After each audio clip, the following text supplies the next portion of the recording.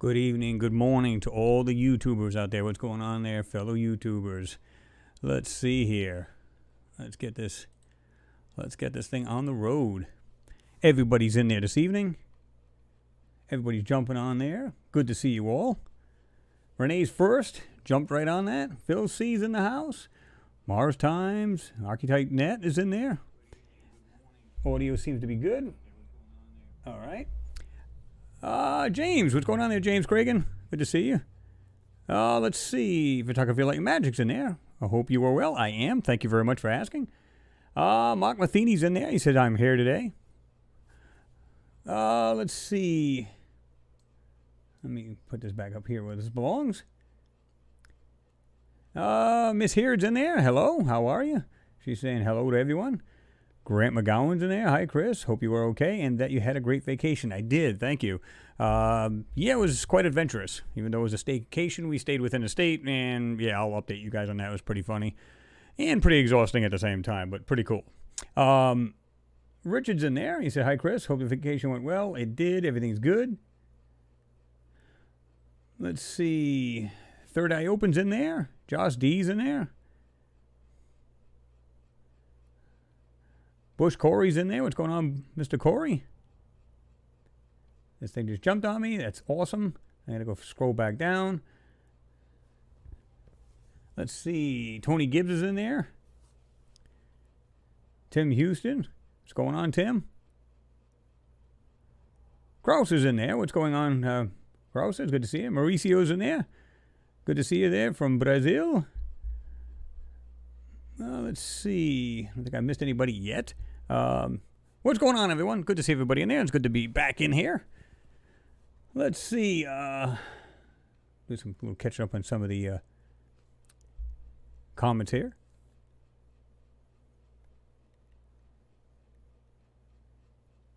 Let's see. Renee Vaughn, you said hello all. Happy you're back, Chris. And with 2 fantastic videos. Yeah, I've got 2 moon videos coming up too. I said that in my last video. Yeah, it's pretty interesting. Like I said, sometimes it's just the smallest little features. In other words, it doesn't take up the whole screen. But yeah, this is it's pretty cool when you see it.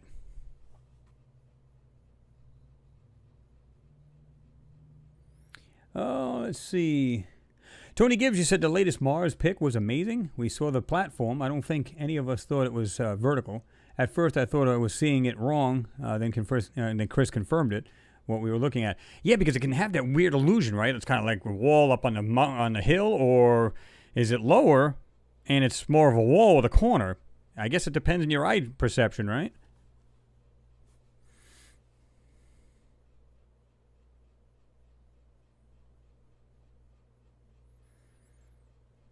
Tim Husey said, good morning, Chris and fellow travelers. What do you guys think about the Emirates Mars mission? I think we even touched on that. I think it was UAE, I think, Emirates. But you said, what do you guys think of the Emirates Mars mission? Is there more going on that studying the atmosphere, you think? Yeah, I mean, well, we got China going. They just, they just had their flight, when was it, the other day, I think? Oh, yesterday, I think it was. The 23rd, I believe. And they were like wee hours of the morning. They took off their, spacecraft. They're going to have a orbiter, lander, and rover, if I'm not mistaken. You guys can correct me if I'm wrong. So we have them going. Emirates is going. So they're all just going up there just because they want to look at some nice rocks and dead planet. What do you think of that? Yeah.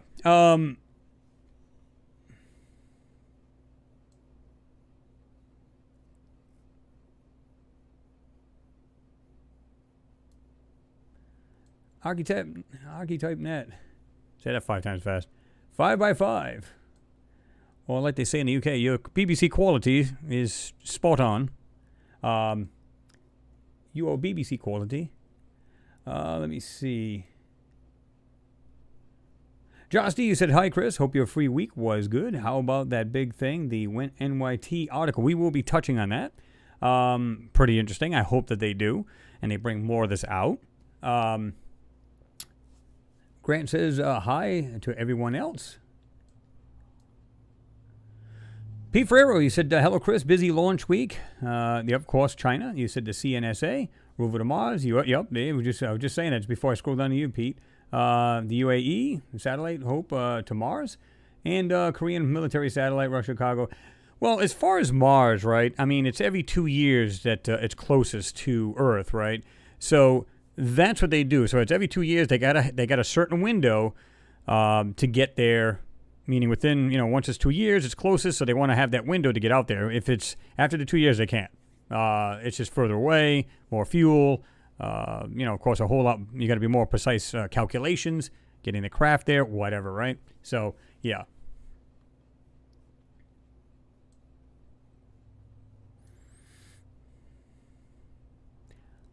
John Stoller, what's going on? You said, I'm new. Well, welcome aboard. Good to have you in there.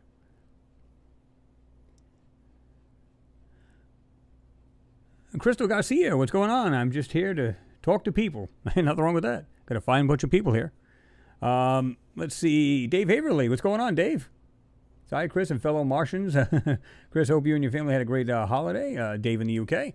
We did. We actually had, again, it was a staycation. Didn't want none of that going to other states. Florida, going to different places like that where it's like rampant COVID and all this other stuff. So we chose not to go. In fact, I was going to go home, see some family, and decided not to, only because of all this BS going on. And so it sucks, but it is what it is. I'd rather not catch it and bring it home and all this other good stuff. And so we decided not to. But we still had a great time in state and traveled all over the state. I actually got a rental vehicle and we wore it out, put almost 800 miles on the thing. That's just in state. But it's nothing to do that. Pretty interesting, cool stuff. Noodles, what's going on? He said, I'm in here too. Hiya, Chris. What's going on, Noodles? Good to see you there. Archititan, you said, nice to have you back. Last two videos, very interesting. Yeah, again, guys, just bringing the lines out. Now, the first one, that wall thing, like I said, that was not mine at all. That's not my find, so I don't take credit for that at all. And, of course, I did give due credit. But what I find is not so much when I see these photos, it's everything else around it. That, that's what it is. Sometimes they just want to put this object in the photo, so you'll forget about what's the rest of it. But it still makes you question it. It's like, what's that wall doing there? Whatever that thing is, what's it doing there? Out of all of this just natural rock, supposedly, all this natural rock, you see this kind of wall type thing or whatever that might have been, and we discussed it in a video. Is it a wall, meaning down in a hole type thing, or is it something going up a butte, which I don't think that was the case at all, as I just described, because we had those lines in that platform. So it told me it was lower, and there's kind of a wall with a corner and everything else to it, right? So, yeah, I mean, just bringing out the rest of the lines is so much more in these photos. So when other people just concentrate what's obvious, I do the stuff that's not so obvious, because you never know what you're going to find in there, guys. Tony Gibbs, I literally killed the battery on my tablet looking at the last Mars spec. You can. There's so much there to see. And I know a lot of you guys were looking at the, trying to find the link to the Gigapan. I did update it, so if you go into the comment section to my pin post, or the pin comment in the comment section, I put updated link so you guys can get that. And I did actually give it to a few of you guys, because you were saying, Chris, the link's dead, it's not working. For some reason, the Gigapan will do that. Now, this was his, what do they call it, the macro Gigapan or something like that, which is his alternate page. This is the reason why I did that. And we'll actually go over that. If you guys want to go over that particular pan, give me a yay or an A. And we'll go over that, or we can go over something else. Totally up to you guys.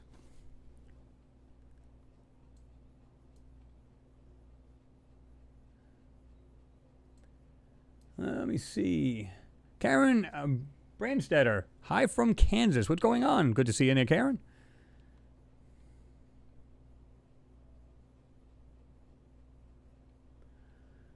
Yeah, Bush Corey, you said I take it the asteroid missed us. Yeah, was it Neowise? Well, Neowise, call it what you will.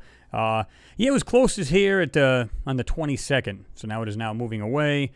And I watched it on P&K Space Imaging, that YouTube channel. They do really good work on the moon stuff. That's the only channel I watch as far as moon-wise. And so they had a really good, they were actually talking about it and had their telescopes looking at it and stuff like that. And of course, there's a lot of sources that we're actually keeping an eye on it and stuff like that. So really interesting. But the closest perigee to Earth was on the 22nd, so 2 days ago. So really interesting. Yeah, it missed. I think it was like, what was it, 64 million miles away? So it was close, but yeah, it's quite a distance away. It wasn't too bad.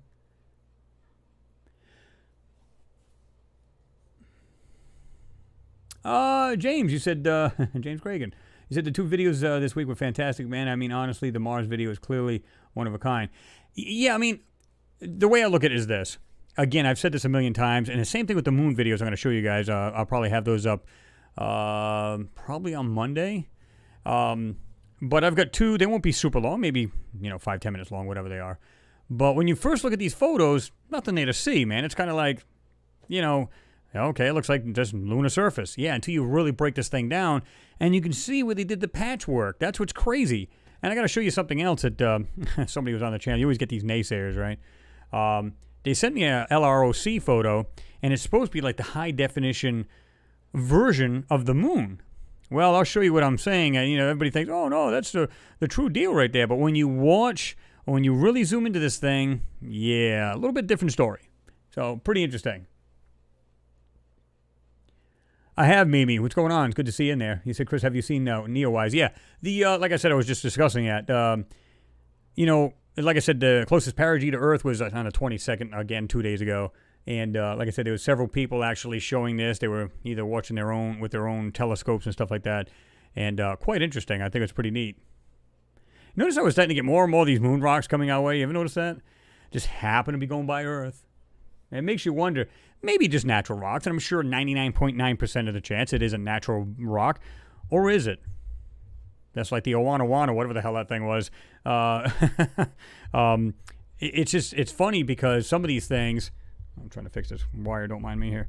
Some of these things, it makes you wonder, are these things like kind of like these probes that are made to look like rocks?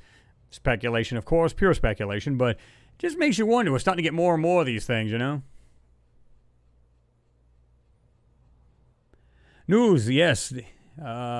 He is. Tesla, SpaceX is changing the game. Oh, yeah.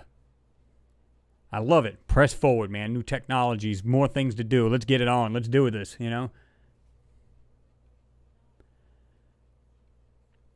Daniel Lee. He said, hi, Chris, from Danny, Liverpool, UK. What's going on there, Danny? Or Danielle? Daniel, rather. What's going on? I am Merkin. What's going on there? It's good to see you in there. Kyle Harvey's in the house. I can see that. Kyle, you kind of threw me off there. I looked at it and I said, Kyle. I said, oh, okay, he changes a profile pic. Okay, I got you. Third Eye Open says, yes, please, as far as that pan. Okay. Got a yay on that.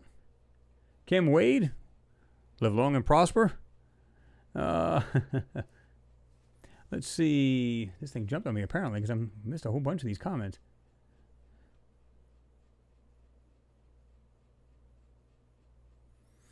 Tim Houston, you said, why not just send a probe or 2 to Venus? They have. The Soviet Union has, years ago. Of course, part of that fell apart. They call it like some kind of alien piece, but it was basically a coupler, right? It was a U-shaped object. And, of course, it had these lag bolts sticking out of it. And, oh, my God, and it made a big stink out of it, like being some kind of alien device. It's come off the lander, but everybody's making a big stink out of that. So, yeah.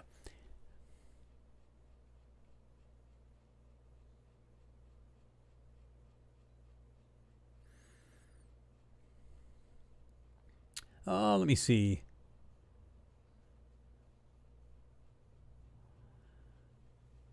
Noodles, you said, cool. Square cut wall and pipes on the top edge. Absolutely. Again, once you bring out the lines, you start to see what look like terraces and different pots of grounds. And it looks like some of the stuff even slid down. I don't know if you guys seen that too, or do you guys think that was the way that stuff was built? I mean, to me, it just looked like some of it looked normal, and some of it looked kind of like chaotic, like it was like kind of coming down the mountain. Some of it looked like it was just built out of the side of the mountain, which I believe that's the case too. I don't know. Because it would make sense if in the valley of all of these supposed buttes, and to be truthful with you guys, I don't believe they're buttes at all. I'm not saying they can't be. I'm just saying that it's the way they're manipulated and dressed up, and the texture on them tells me this stuff is not real. It tells me it's being covered up, and the real object is under this manipulation. But even if it is the same, or if it is those, first thing I think of is there was water in the valleys of those. And it would make sense that they'd build them on the sides, maybe peeking out of the sides of the hills and stuff like that, right?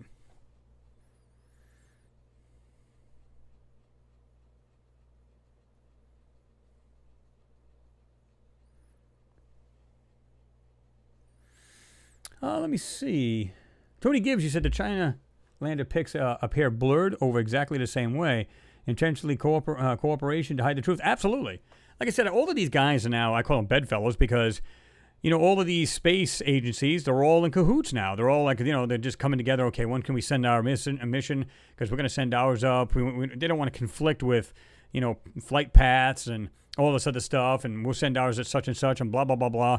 You can bet, like I said, these higher-ups in these space agencies are, you know, they're in cahoots with each other. And I think that's the reason why when we see the Chang'e 4, if you look at that one, oh my God, I had one photo, it was so bad, it's like, how do they even, you know, how can they even come out and say that's the truth, that's a real photo, when I believe it was, but oh my God, it was so manipulated over, it was crazy. I mean, you could see the rover, the lander, no, it was the rover at the time, I think.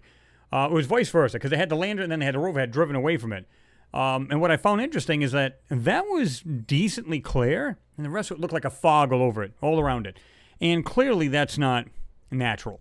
It's manipulation to blur it out and fog it out so you can't see the actual, you know, details to it, right?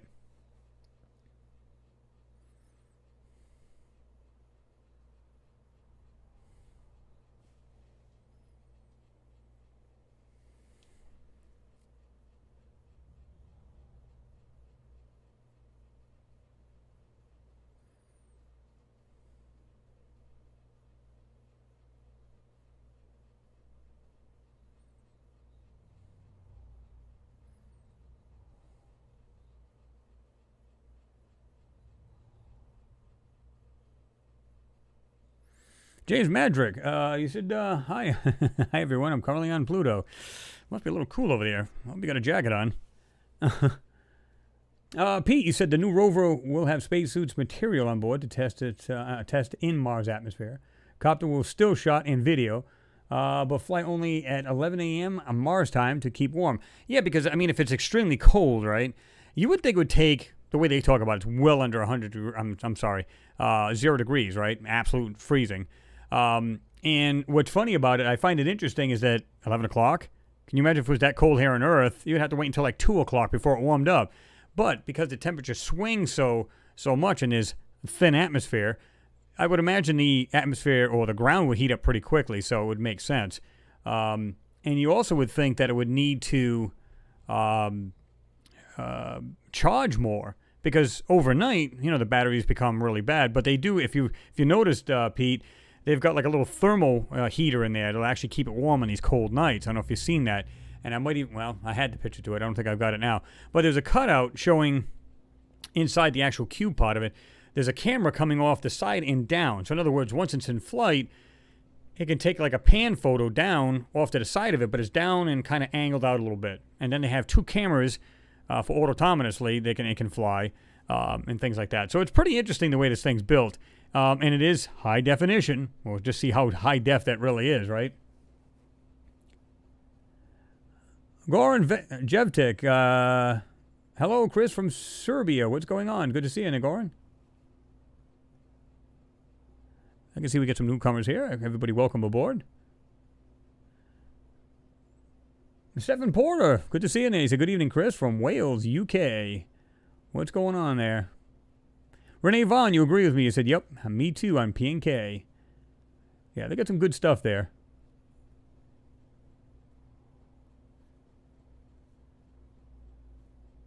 I agree with you. You said the Keither B podcast, you said, I can't believe that with some of the blatant Mars Gigapan finds that it's not more in the mainstream news.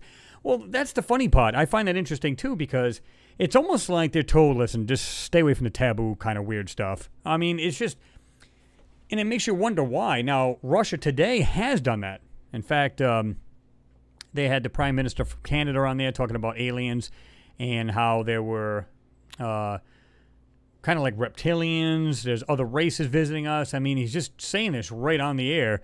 And Russia Today will actually cover that, but try to do that here, and they stay away from that. And it makes you wonder why. It's like, it's still news, and it should be told, to be, as far as I'm concerned, right? Custom Tailored One, what's going on? Good to see you there, man. He said, hello, everyone.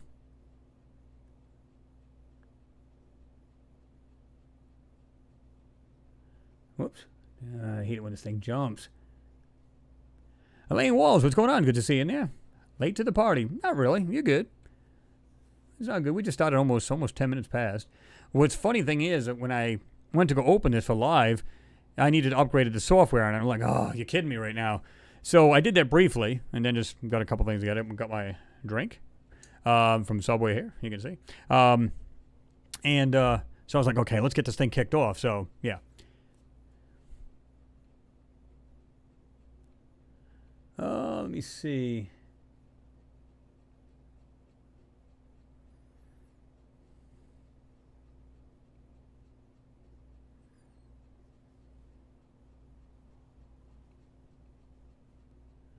I think totally done.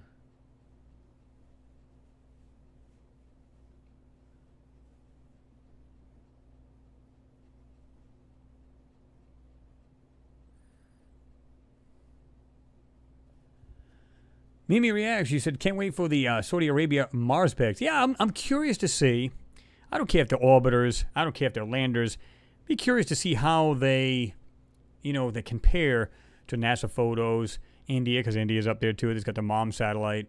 I'd be curious if, I'm telling you guys right now, and I hate to say it, it's going to be just like we see here in NASA. It's going to be very similar to what we see as far as the fudging and the manipulation, obfuscation. You're going to see all of that, and it's unfortunate, but I'm hoping I'm wrong. I'm hoping I'm dead wrong. I'm hoping it'll be totally different. I'm not holding my breath, but we'll see. Remote viewer, he said, Chris, can you see X3D? I have tried, but get headaches from it. I used to do that too. Remember, you look at those signs and you see, ooh, the sailboat and everything. It's kind of like you got to look like cross-eyed or kind of like cross your eyes. Someone. Once you do it the first time, because sometimes you can go to the extreme, right? And you kind of like, you look like, feel like your eyes going to stay like that. But if you go in slowly and then kind of take your time with it and get them to go into one, it's not too bad. And once you do it the first time, it's pretty easy. But yeah, my buddy Dave does that, X3D. Interesting stuff. And once you do it, you kind of like, whoop, you can actually just do it almost instantly. Pretty cool.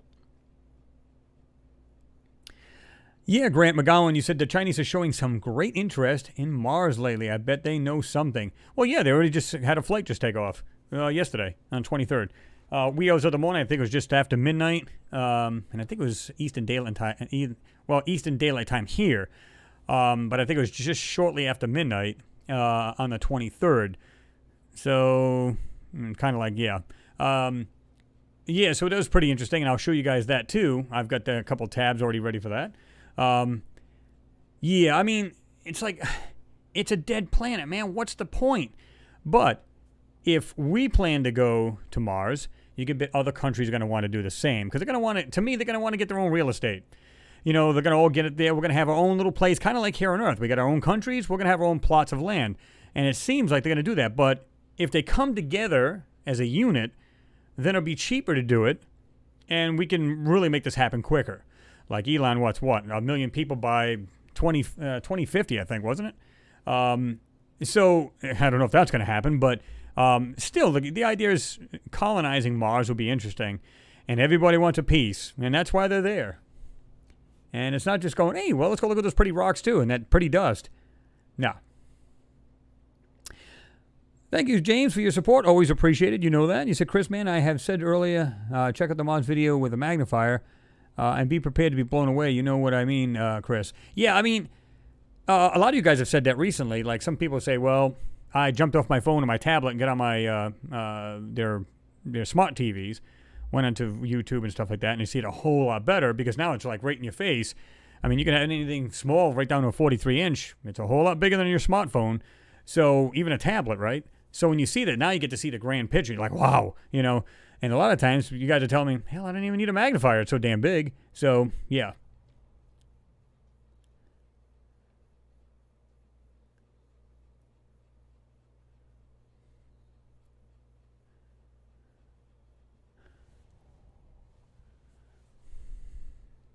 Yeah, photography like magic. You said I look for circles and straight lines in the images. That's a good starting point. Yeah, and also look for the very faint ones. See, it's like they leave the real obvious stuff out there, so you concentrate your eyes on that because that's what you can see, the more crisp lines. What happens if you stray off and you look for the more faint lines? That's when you find all of these anomalies. And that's what they don't want you to see. They're like, no, just concentrate on the nice crisp areas where you can see. You know, you'll think that's fog off in the background, so just go ahead and concentrate on this area. In the meantime, on the left-hand side, there's a whole bunch of lines there that you could bring out and find so much more. Kind of like in this one with the wall type thing, right? Same difference.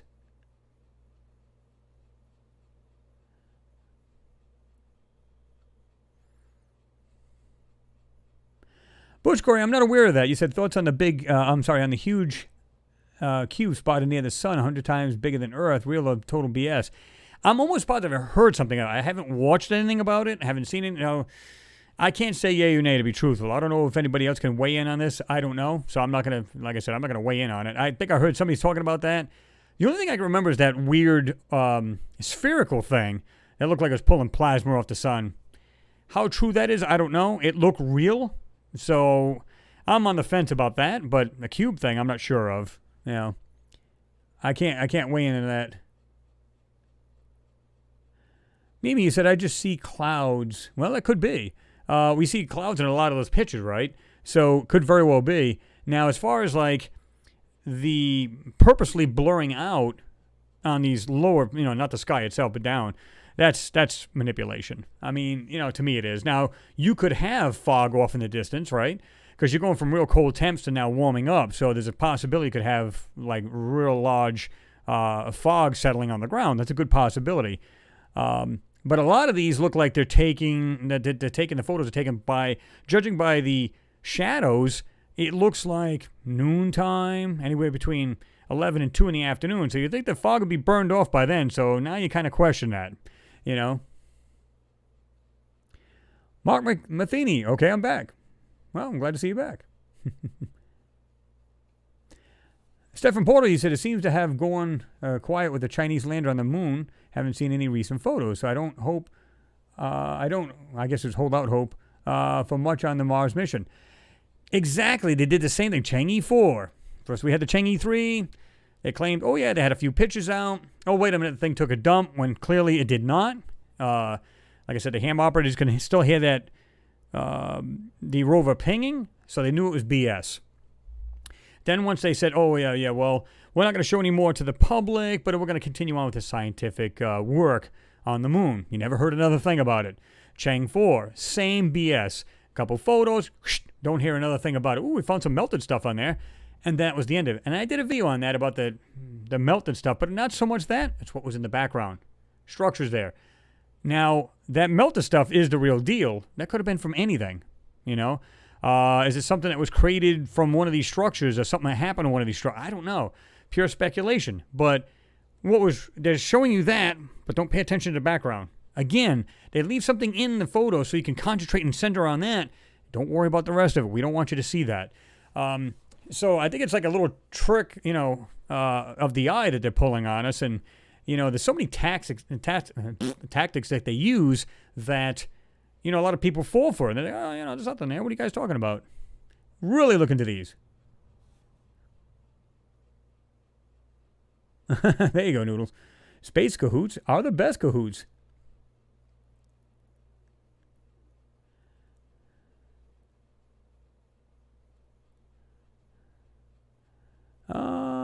Let's see. James Madgwick. Anyone else enjoy laughter at pics of Harvey Price? Not familiar with Harvey Price. Joey Centofonte. What's going on? He said several years ago, an article from Astronomy Magazine said that there are more people working in local McDonald's than there are people watching out for asteroids. That's probably the truth, too. Absolutely. There you go, Merkin. I am Merkin. You said, China doesn't like us at the moment, so don't expect much. True.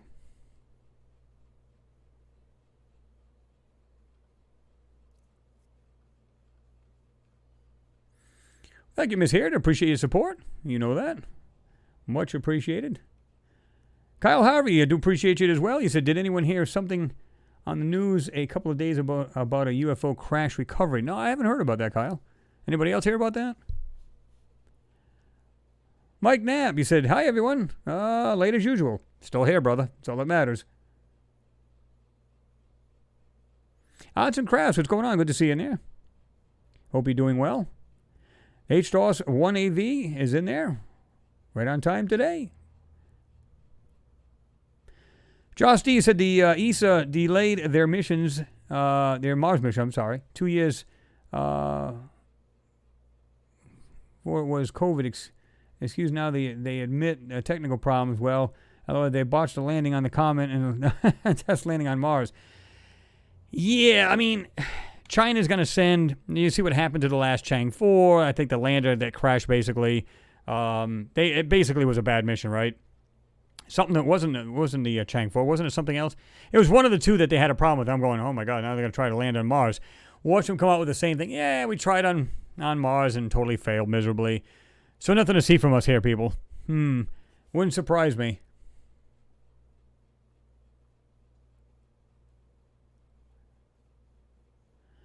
There you go, Kyle. You said I talked to you guys through my cell phone and then watched the live feed on my 47-inch flat screen TV.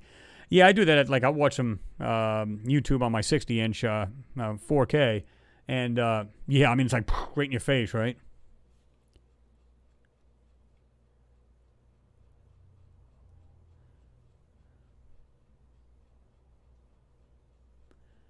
I agree with you, Mimi. You said, I really hope they won't be another war on Mars. Yeah, or either that we go over there and we start warring with each other once we all, have a civilization on there and we got our own piece of land. That'd be something, right? It's like, yeah, we don't have enough war here on Earth. Let's go ahead and do that on Mars as well. But I agree with you.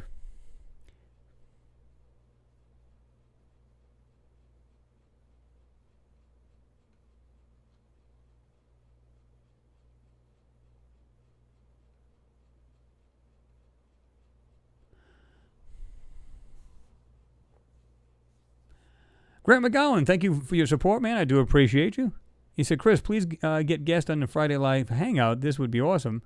Not easy, I know, but it would be well worth it. Yeah, I thought about doing that as well.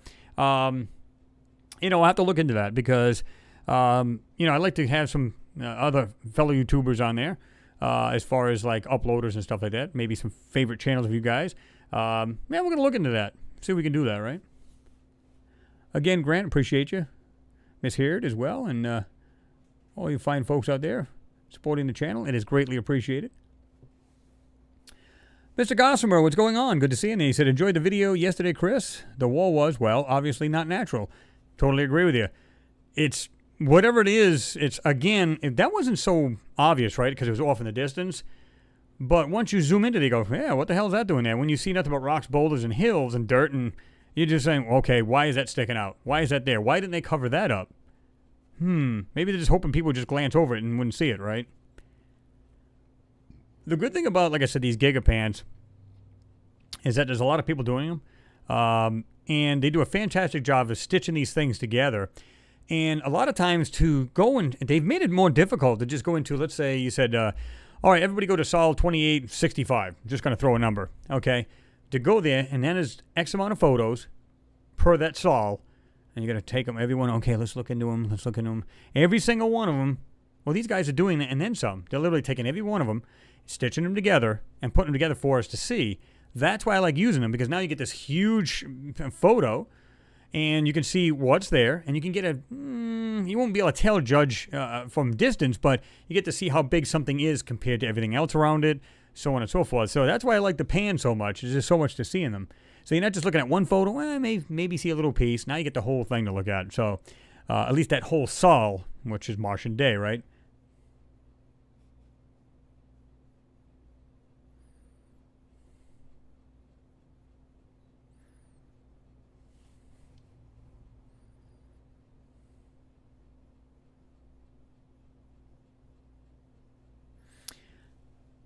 Oh, let's see. Thing jumped on me. Let's jump down here if we can.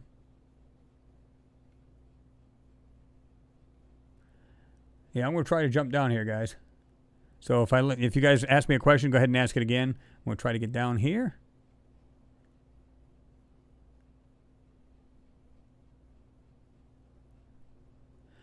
Dave Haver, you said, hi, is it only USA that landed on Mars? If so, do you think NASA is interfering with other countries' landers? I remember the UK Beagle 2 crashing after a successful descent. Yeah, I mean, we've got the ESA that has I think it's ESA, you guys can correct me if I'm wrong, has the InSight lander. I'm trying to remember, too, there's, crap. There's so many of them up there now. And so many of them going there. I mean, between China and, like you said, the other countries going there. Like I said, we got India up there. I mean, whether they're landers, orbiters, there's so many people going now. Russia went. Don't hear another word about that. Haven't heard anything about it. They just said, yeah, we're going to Mars. And that's all you heard of them. Nothing else. So, I don't think they're messing with them. I think because they're trying to do they're getting together, Dave, and they're actually, I think they're trading off information. So let's say you and I are different countries, and I'm going to go down there. I'm going to drill for, maybe different soil samples, like the 2020 rover. They want that to do. They want to take little samples, put them in these little tubes, leave them on the surface. And then I heard something about they might have a rover go in and just pick these things up and then maybe shoot it out of the lander like a small rocket and then send it back to Earth. I mean, so many different weird things they want to come out with, right? And I told you my take on that. I said, how do we know these tubes that they're bringing with them aren't things to plant into the ground? Because we can drill. Why can't we just drop these in the ground, empty it right in the ground, and see if it's something will grow on Mars? Think about that a minute. Because they've done a study, and I said this before, and you guys probably remember this, where they had the Viking lander back in 75, 76, where they got a soil sample. They had it through the analyzer, tested it, sent the information back to Earth. Well, they used that same composition of soil. The only thing they did was they took volcanic ash, mixed it with the composition of that, and they found the stuff grows better than any place on Earth, or darn close to it. Makes you wonder, So I'm thinking they're vials of seeds or something, and they're just popping it on there, see if how each of these things will grow on the planet right now without any greenhouse or anything like that. Just kind of drop it in the ground. The idea of drilling up samples, put it through the spectrum analyzer, and then taking the dirt and throwing it in a small tube, drop it on the surface seems weird to me. What are they going to see differently as opposed to the spectrum analyzer compared to what they'd have it in their hands in a lab? Anybody have an idea what they'd be saying? I mean, I don't know.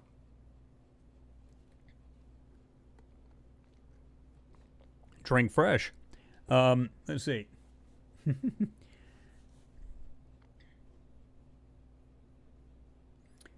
Let's see this thing jump. Here we go.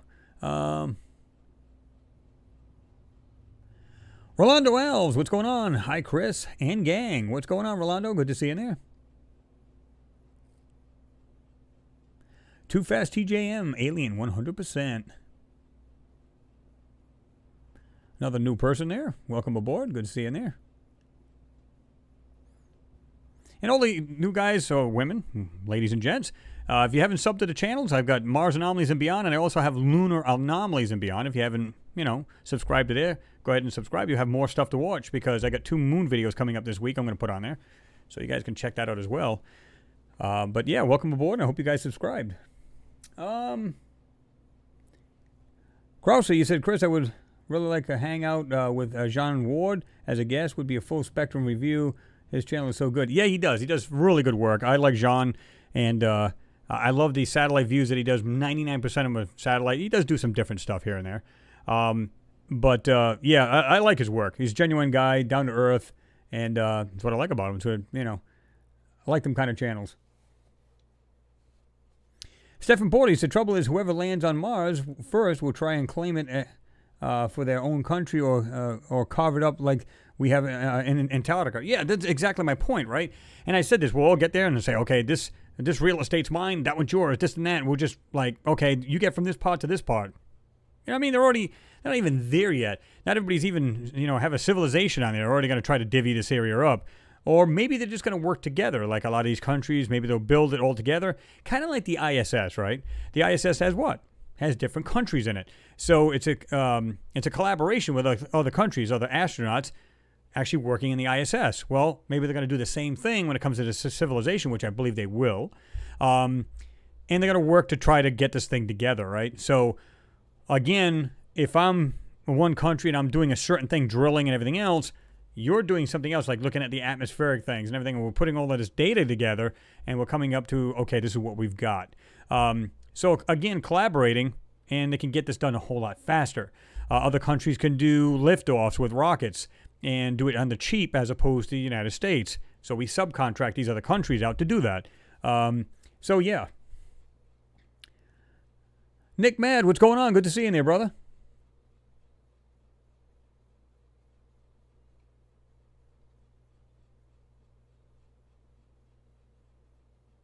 Robert Morgan's in there. Happy to see you in there. He said something about getting staples out. That's good to hear.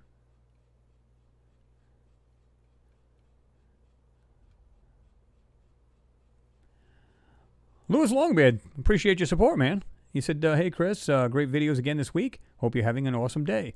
I am having a good day after work and sitting down with everybody here and fine people. Couldn't ask for anything more. Yeah, I hope your day's going good as well, and I do appreciate your support, like I said, right?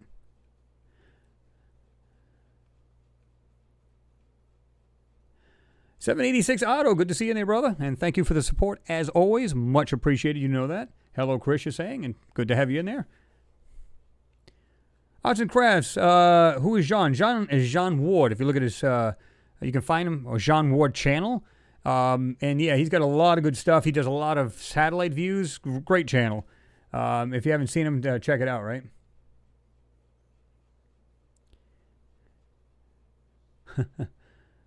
Arts and Crafts.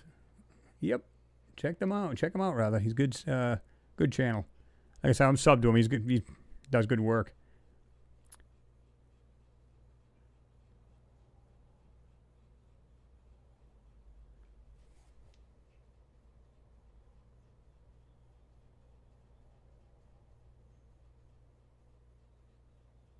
What's going on, Stig? Good to see you in there.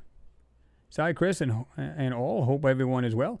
We're doing fine here, Stig. I hope you're doing well as well.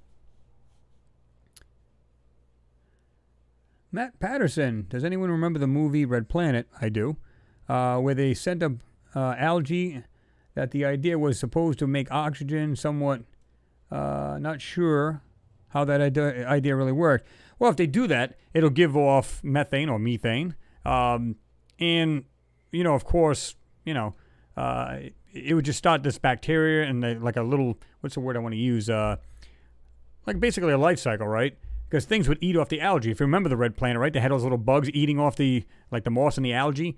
If I'm almost positive it's the same movie you're talking about, because there's two movies where I get confused a lot. It's got to do with Mars. So, you know, and that's my impression every time when they talk about, ooh, they're mystified by, you know, scientists are mystified why there's this methane plume on Mars. And then, ooh, now we got another, you know, mystery. We got a lot of oxygen. Well, again, organics, like trees and, you know, stuff like that, gives off, you know, oxygen. Plus methane, something's eating the stuff. I mean, you know, there's a host of things that could be the reason why it's going on. So, you know, it makes you wonder when you start putting these pieces together, you know? Kyle, you said, I love the videos that go on here, man. I mean, every single video has something that is not natural and always something that is man-made or artificially made. Well, I've always said that. People, you know, I had some guy, a couple of people say this over the years I've been doing this, said, oh, man, come on, man. You always have something that's just happens to be something in every video or every photo. Again, it's not about me. Do you think NASA's up there just looking at rocks? And if they're drilling into the ground trying to find the supposed, perhaps, microbial life, like fossilized microbial life, why are they looking up into the mountains then if their work is into the ground? Doesn't make any sense. Now, it's okay to look around and see, oh, wow, we can see like these cirrus clouds and stuff like that. There's nothing wrong with that. But when you see the mountains, they're completely manipulated or changed up or censored somehow. So you go, do you really think that's what they're up there for? So they're taking photos of actual things on the surface and they're manipulating, covering them up. That's the whole key. For people just to think they're up there just as simple rocks and dust is beyond me. I used to believe that at first. Then I went, no, I don't think so, especially after ripping these photos apart, right?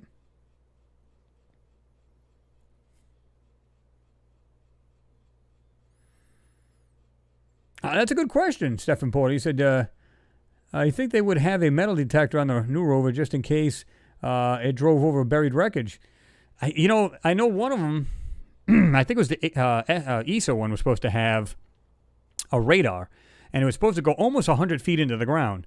Now, not sure if that's still planned. We don't even know what else is on these rovers, right?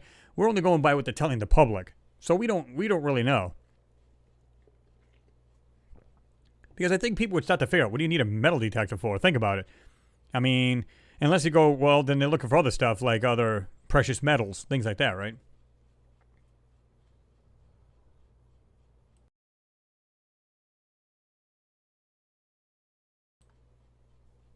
Let's see.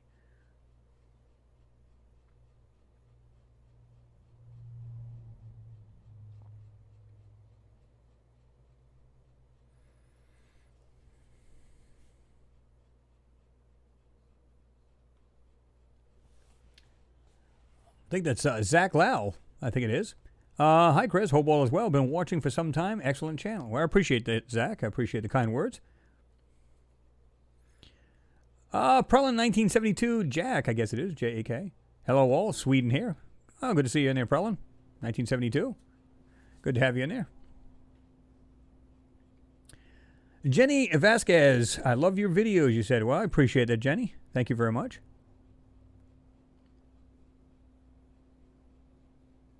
Let me jump all the way to the bottom here. I'm sorry if I'm going to miss anybody here, but I don't want to be too lag behind. AKA, man, what's going on? Said Chris is still the man. I don't know about if I'm still a man, but I appreciate that.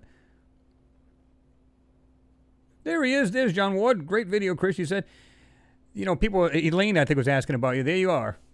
We were just talking about you, yeah. She was curious about who you were, John. And I said, yeah, go check him out. What do you think about that idea, John, having you on here on a Friday night hangout? Right? We could talk about different things if you like. If not, that's cool too. But yeah, everybody's like, maybe you should have like a guest on here and stuff like that. That'd be pretty interesting, wouldn't it? People ask me about your work, and I say he does fantastic work. Most of the work he does is satellite views, which is great. And, a lot of people like myself do the ground views. He does the satellite. Find some interesting stuff. So I haven't seen your last one, but kudos to the work, man. No doubt. Rolando Al says, hit that like button. Slam it, guys. What do we got? 133 watching, 81 thumbs up. Ooh, some of you guys forgot. Mr. Gossman says, yeah, Curiosity is supposed to have HD video cam, yet it has never used, or we've never seen the video.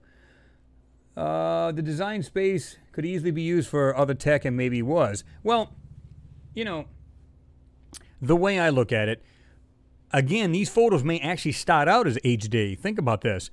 And now if they overlay it with another photo and they, do all kinds of work to it and everything else and manipulate, obfuscate, and then they drop this over. In other words, we have another copy of the exact same frame, drop it on top, but now the second one has been manipulated. Okay? So the real information is still in the photo, and they drop this overlay on top of it. Well, it was probably HD at one time. Then we get the crap version, sadly. Kyle Harvey, thank you very much again for your support. Much appreciated. How many of you have watched UFO TV here on YouTube? I have. Great channel. The show called The Best Evidence. I'm not sure I've seen that, but UFO TV's got some interesting stuff. They've been on for years, too, man. When you start off, you see the little spacecraft, and they're kind of traveling around the larger craft and everything else. Really, really cool stuff. Yeah, I've watched them. Again, Kyle, appreciate you.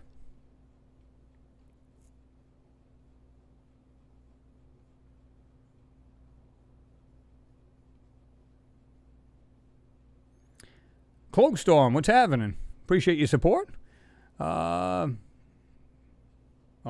This thing just jumped here. Hold on. Yeah, I do appreciate your support, man. Thank you very much.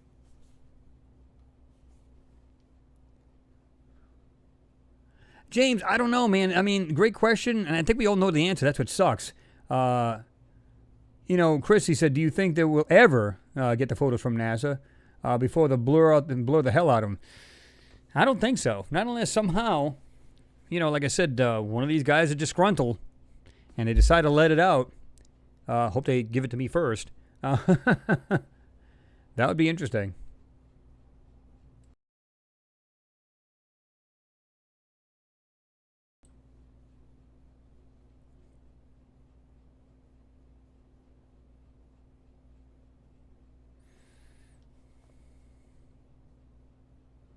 Let me see here. Let me do this. Do-do-do-do.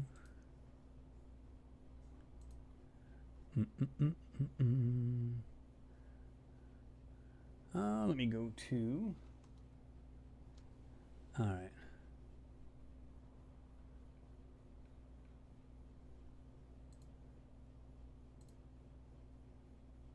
What is that? I'm not sure why that's on that, but okay, let's go to... Oh, that's not it either. Let me see there.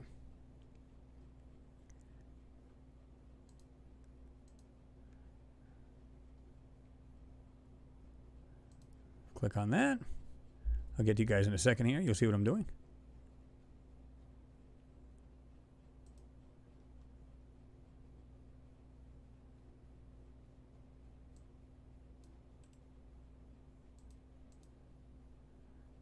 Anyone who's interested in jumping over to Jean Ward's, here is the address. I just dropped it.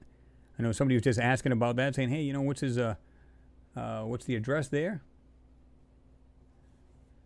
It's right there. I put it as Chris M. You can see that.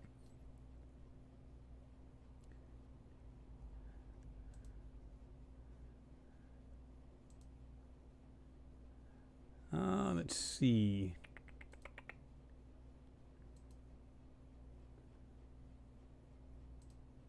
All right, let's do this. All right.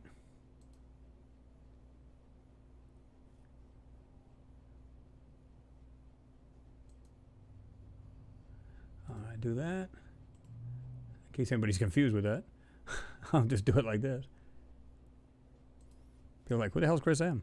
I'm going to drop it right here.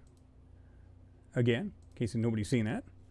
That's Jean Ward's channel. Check his work out. Subscribe to his channel. Got some good stuff there. You guys will like his work.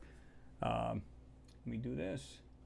I'm just trying to return my screen back, so don't think I'm doing anything weird here. I'm just trying to get this thing back to normal. There we go.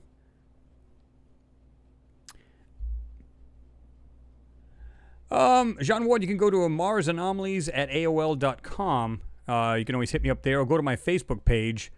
It's Mars Anomalies on Facebook. You can hit me up on there too. Corona. No, I'm kidding. I get that weird itch. I think it's because of the pollen in the air and everything else. I don't know if you guys are feeling the same thing, but at one time I never had this. Now it's like boom. It's like irritating as hell. I just get this itch and it just bothers the hell out of me.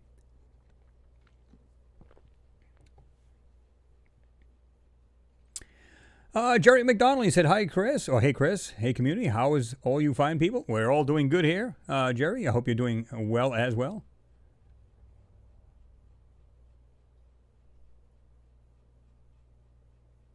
Matt Patterson, you said, one more question. Does anyone still think about the face they found back during the Voyager flyby? Absolutely. You know, now, we've talked about this in the last time. I think it might have been the last Hangout. We were talking about the Cydonia region where that face is found, and I believe the first flyby was the real photo. The second piece of garbage that they gave us was nothing but CGI mess. They said, well, due to the shadowing and stuff like that, BS. I think that thing's still a real deal. I think it's still the same one we've seen back in the Viking flyby, or orbiter. Because I think we had two of those, and one of them, it just was basically became a dead stick. It was junk. But the one that come out years ago, after that, oh my God, that was sad. They must take people, the human people, like, us average people, like we're a bunch of dumb yard apes. Like we don't have a clue what the heck, we can't possibly figure that out.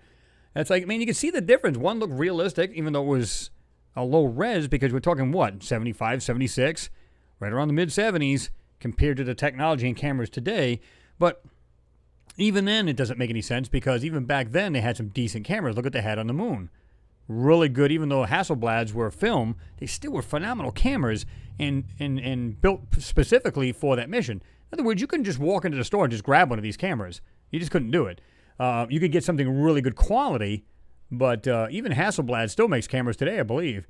And it's just unreal.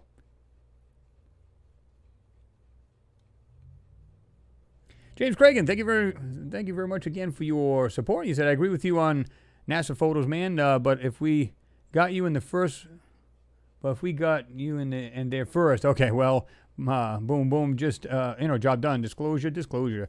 Oh, yeah, absolutely, James. I feel the same way. It's like, if there was only a way to just get that photo before it was actually completely messed with, right? And if all you guys have actually said the same thing, you said it's frustrating that we can't get the actual photos, right? Because we'd love to have them. Because you can just imagine the stuff that they're seeing there. And I think it would be totally different. In other words, I always thought of this, like, suppose we've got, again, James, thank you for your support. Just imagine getting to see one of these photos, right? And it's like, okay, this is the one from Sol, let's say, again, 2836 or whatever, okay? And this is the real one. You'd probably go, well, hell, that's a totally different photo. You can see the objects are in the same spot, but they've been totally decorated and manipulated and obfuscated to look like hills and buttes and rocks and every other damn thing. But all these objects would be in the same place, but they'd be totally different things. And I think that would be mind-blowing.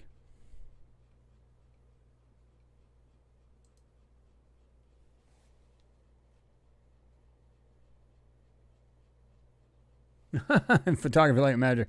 China going to Mars to get scrap metal to melt down and make crap to sell to the West. Sounds about right. But I look at it this way. It's like, I love the idea of collaboration when it comes to this stuff. Again, I don't have anything against NASA, except for the thing is they're not telling the public and not disclosing what they're really finding. Whether it's on the moon, other planets, other moons, doesn't matter. Mars. That's the only hang-up I have about them. Everything else, I'm okay with. And you guys, I know you guys agree, but other countries are also doing the same. Again, you guys, one of you guys just said this about China when they sent up these other orbiters. These landers and stuff. What are they doing with them? Look at them. They're very much like the NASA photos, completely blurred out, messed around with. It's like, good Lord, why? But it is what it is. Oh, Joey, you're talking about the face of a lion. I've seen that too, but I'm not sure if it's like, they're seeing the face and it's just kind of coloring it in and making it look like the lion. It does, in fact, look like one, but it's like it makes you wonder if it's that weird term pareidolia, because you go, well, because somebody asked me about checking out that parrot. You guys remember that parrot that's on the ground? And I just seen a video about that. This is like old. It's been out there for a while, and it looks like it's been like the hills and everything are kind of like a shape like a parrot. I'm sure a lot of you have seen this. So there's much more on there than just the lion itself, right? There were several things that they found on there that looked like certain animals and birds and stuff like that. Grant, it's Jean. Although, I would say when I first said, I think I said Jean by accident, but he said, no, it's Jean. I said, oh, my bad.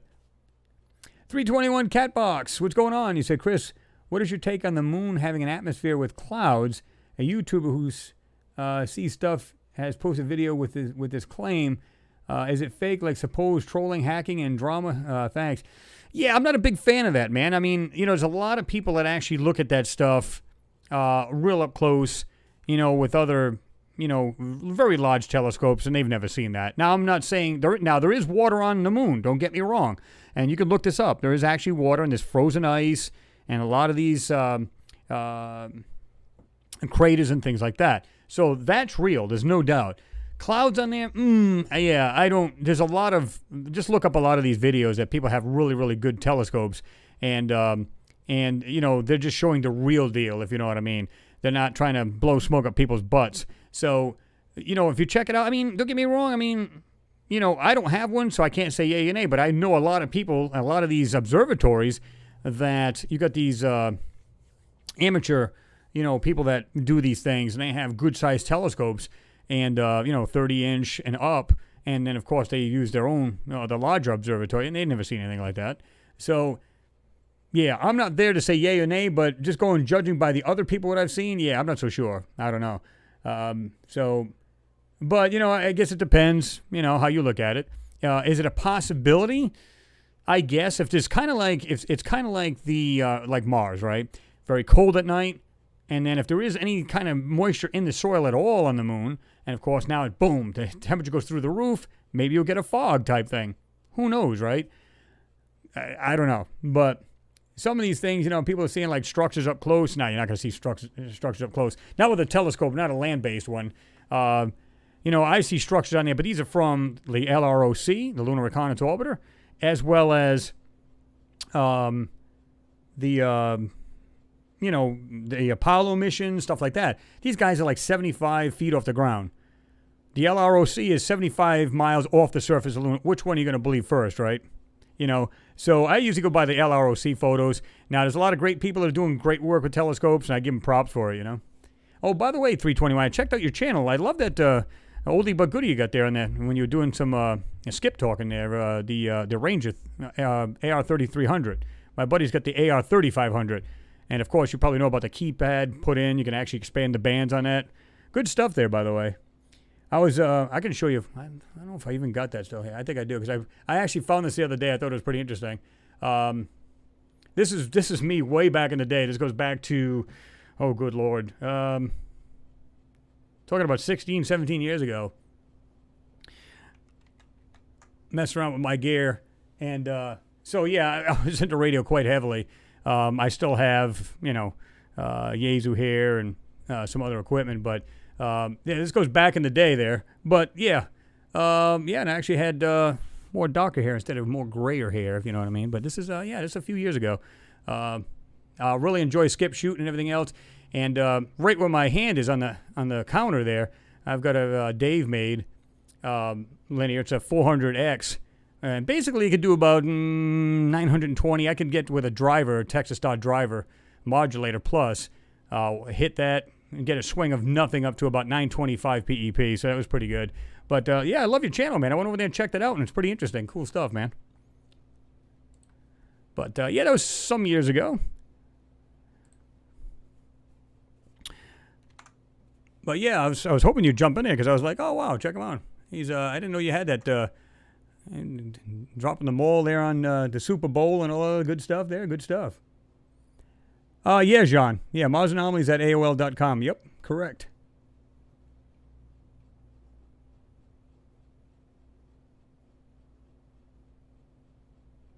Let me jump way down here again.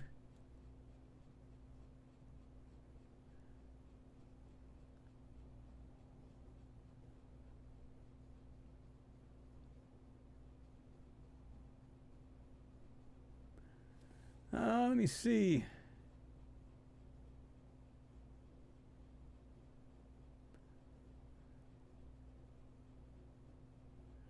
Let me see. This thing just jumped on me here, so. Cloakstorm, I appreciate your support again, man. You said your question was, would you go on the maiden voyage to Mars if any private company offered it, and would you think there's still wildlife? Yeah, I actually do think there's still life on there. Now, it could be just simple organics, right? Moss, little trees, bushes, and other stuff like that. Because you have to question this. Again, what's giving off the methane? What's giving off all this oxygen seasonally? Think about this a minute. It's like I live in a mountainous area, okay? Trees galore. During the wintertime, you can almost bet there's not as much oxygen in the area like there is in the summertime. Because now the leaves are blooming, trees now giving off more oxygen as they take in carbon. So it makes you wonder what's giving off this oxygen. Is there like smaller life on that planet that's eating and giving off this methane? Because there's a large plume of it. It's not like a little fart gas. I mean, this is like they're registering big plumes of this. So it makes you wonder. Methane, oxygen, and it's seasonal. I don't know. What do you guys take on that? What do you think? Yeah, it's a 321. Yeah, it's a good radio. Like I said, my buddy's got the AR3500. He's had that thing for years. Shoot and skip with that thing. And heck, I never could get on a Super Bowl unless I hit it with I could do about 400 to 500 watts minimum, or else you're not even getting on it. But like I said, I used to hit that box and do about I used just straight pills on mine, and it was 925 PEP. So it was, and I could get on there with no problem at all. I was a Romeo India 392. Used to have a great time.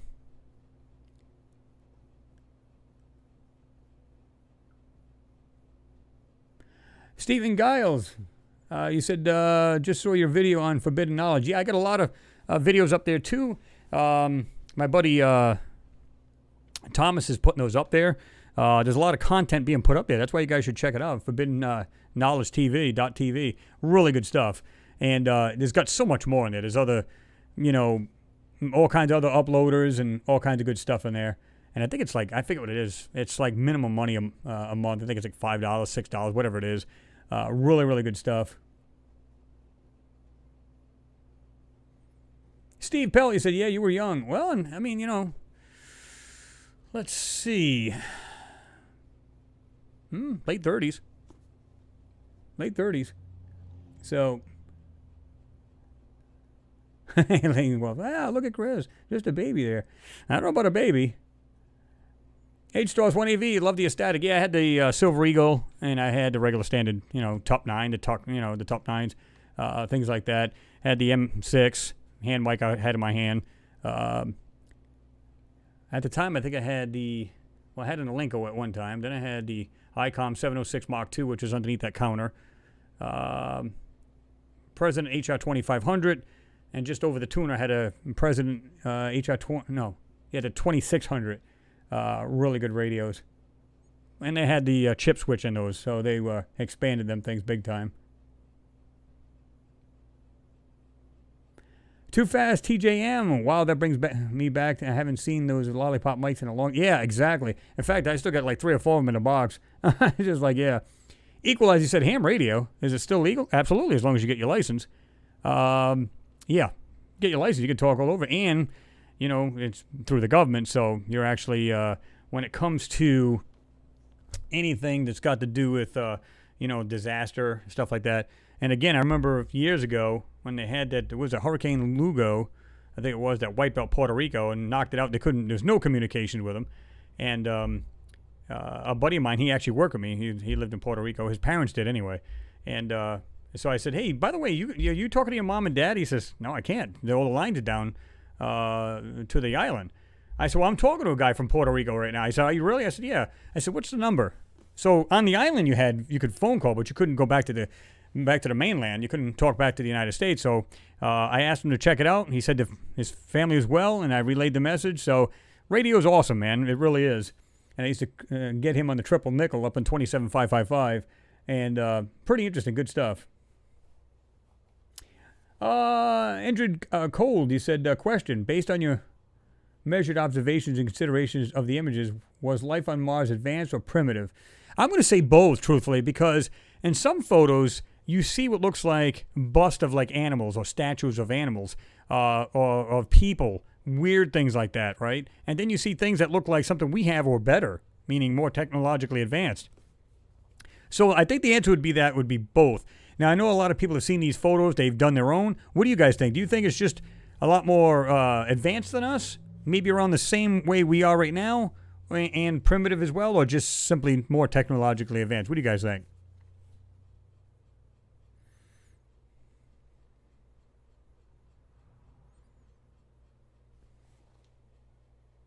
Oh, this thing jumped on me here.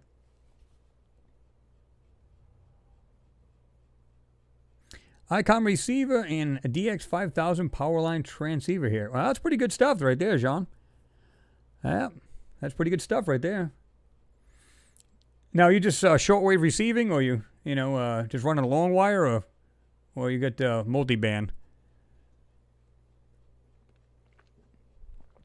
Mine was just a simple omnidirectional. I was running a Antron. It was a Antron. What the heck was that damn thing? It wasn't a 99. It was a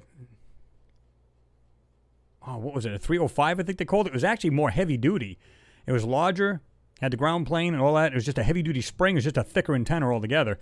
And I was probably about 65 feet in the air. Lived in a 3-story building, and then had 15 feet of mast with guy wire and everything else.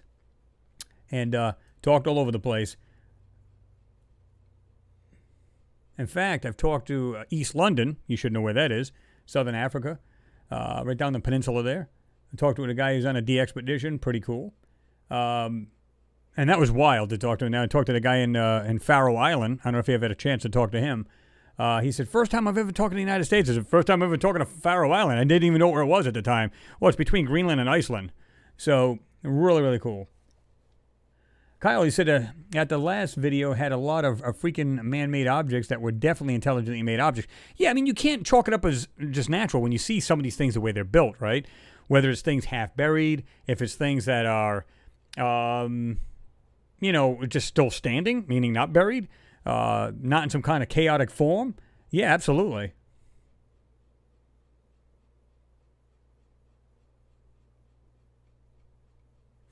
Kyle, he said some people actually don't know that he has 2 channels now, and it took me a while to figure it out. You talking about me, Kyle?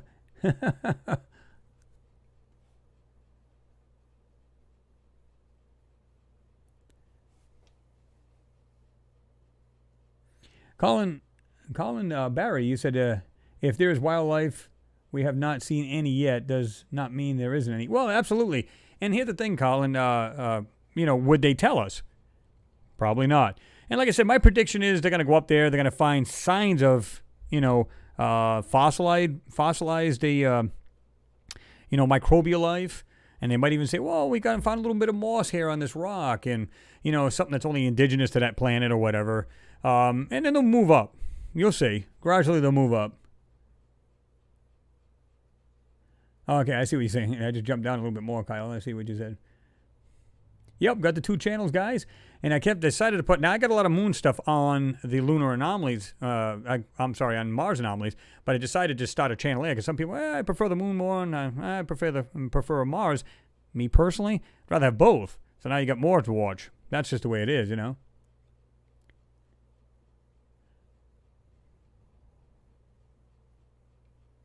Elaine Walls, my dad had a CB with the beams and tower.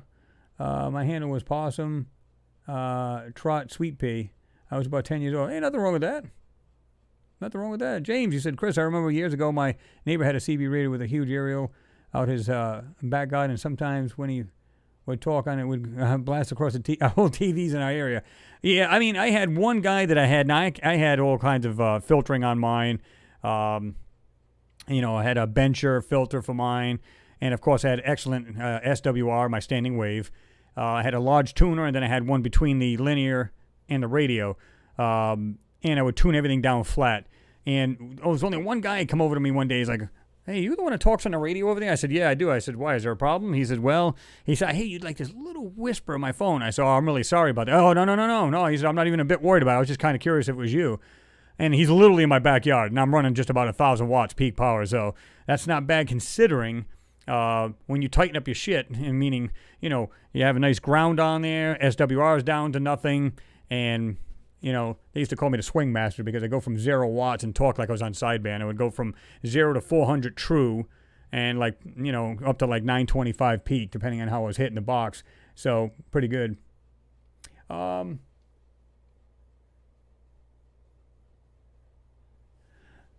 John Sharp, he said, Chris, do you think the disclosure time to the public will be years? Again, unless something major happens, like that somebody's going to let this out, like I said, some disgruntled worker, or they start leaving us bigger tidbits in these photos, I don't think they're just going to come out and say it. Unless what they're talking about, like they were just talking about earlier, where they want to start doing more disclosure when it came to the Pentagon. Remember the Pentagon?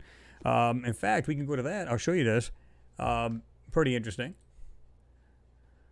There's the Green Banks telescope here in West Virginia, where I live. Okay, let me see if I can even find the bloody thing. Here it is. Not that. Right there. No longer in shadows, Pentagon's UFO unit will make some findings public. Now, I find that interesting because, and of course it's got a video here. For over a decade, the program, now tucked inside the Office of Naval Intelligence, had discussed mysterious events in classified briefings. And basically what it's saying here is like they're saying you guys haven't been, transparent about what you're finding. It's supposed to be, what did it say, like X amount of days. Once you find something, you're supposed to tell the public. Yeah, right. Despite Pentagon statements that it is disbanded, a once covert program is investigating unidentified flying objects. The effort remains underway. Renamed and tucked inside the Office of Naval Intelligence, where officials continue to study mystifying encounters between military pilots an unidentified aerial vehicle. I still prefer, what do you call it? UFOs. Pentagon officials will not discuss the program, which is not classified but deals with classified matters. Yet it appears last month in a Senate committee report outlining spending on the nation's intelligence agency for the coming year. See, this is where they had to go, now we got to be transparent because we're not going to get funded. See what I mean? The report said that the program, the Unidentified Aerial Phenomenon Task Force, was to standardize collection and reporting on sightings of unexplained aerial vehicles, and was to report at least some of its findings to the public within 180 days. That's what it was. I was thinking 80, right? After passage of the Intelligence Authorization Act. So, and you guys can just read this. I'll give you as usual, anything I use in here, you guys will get the tabs for. You'll be able to check it out. Luis Elizondo, a former military intelligence officer, was the director of Pentagon's previous program on unidentified aerial vehicles. And if I'm not mistaken, you can find him on YouTube talking about this. If I'm not mistaken, it is. It no longer has to hide in the shadows, Mr. Elizondo said. It will have a new transparency. So we'll see what happens with that. Mr. Elizondo is among a small group of former government officials and scientists with security clearances who, without presenting physical proof, say they are convinced that the objects are undetermined origin and have crashed on Earth with materials retrieved for study. And again, of course, it goes on and on and on. Yeah, I mean, at first I thought it was bogus. I seen it on Facebook, and they're talking about this right here, and I'm going, that's complete crap, right? But then I started to read into this a little bit more. I found it was from the New York Times. I'm like, okay, it's somewhat pretty decent, right?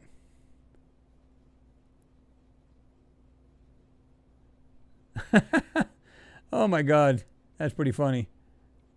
Oh, where'd it go? It just jumped on me. Every time I move this thing down, the thing goes, whew. Photography like magic. NASA couldn't find a microbe in a pile of dog crap. That's about right. Yep, 321 low-pass filters. Like I said, I was using a bencher at the time, and there was another one. I can't remember what it was, but it wasn't filtering out like I wanted, so I ended up using it.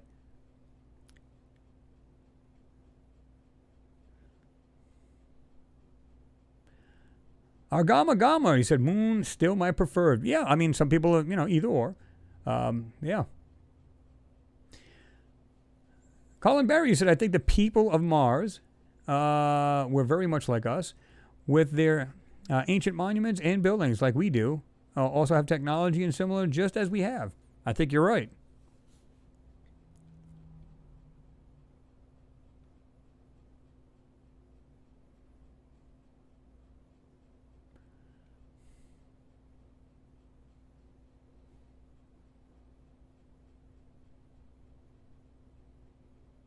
$420 aliens in the house? Oh, okay, Jean. Yeah, you do mostly listening. Okay. When the sunspot cycle improves, I'll transmit again, mostly 11 meters and expanded channels around. Yeah. Yeah, I mean, I'm the same way. It's like I couldn't wait for that, the 11-year cycle to come up. Oh, man, it's like, and sometimes it's aggravating because if you try to do like a, just simple, because my wife and I, we used to talk in the vehicles, and I remember a gentleman come in there. We were down, way down. We were down, I think it was like 26. I'm trying to remember if it was 505. I forget what it was. It was down below 1. And we were just talking. This guy pops in. He says, break. I said, yeah, go ahead. And it's like, and this guy come on. And he says, I'm just wondering where you're at. You sound BBC quality here. So I said, so she goes, I don't think he can hear me. He goes, I can hear you fine. He came in for like a week talking to both of us. Every time we were on lunch, he'd come in. She'd be at her job, and I'd be home for lunch because I lived so close to my job at the time. We'd sit there and talk, and this guy would pop in every darn time. And it's like he had a week off or something and decided to just talk to us. So, pretty interesting.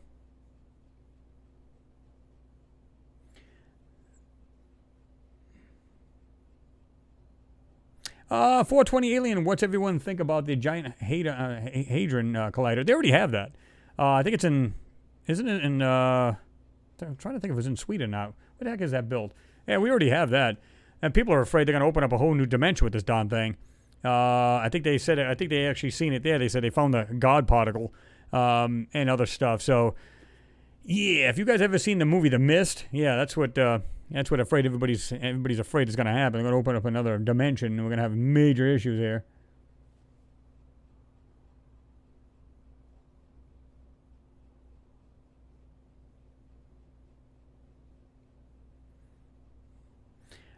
Let's see. Let me go back down here.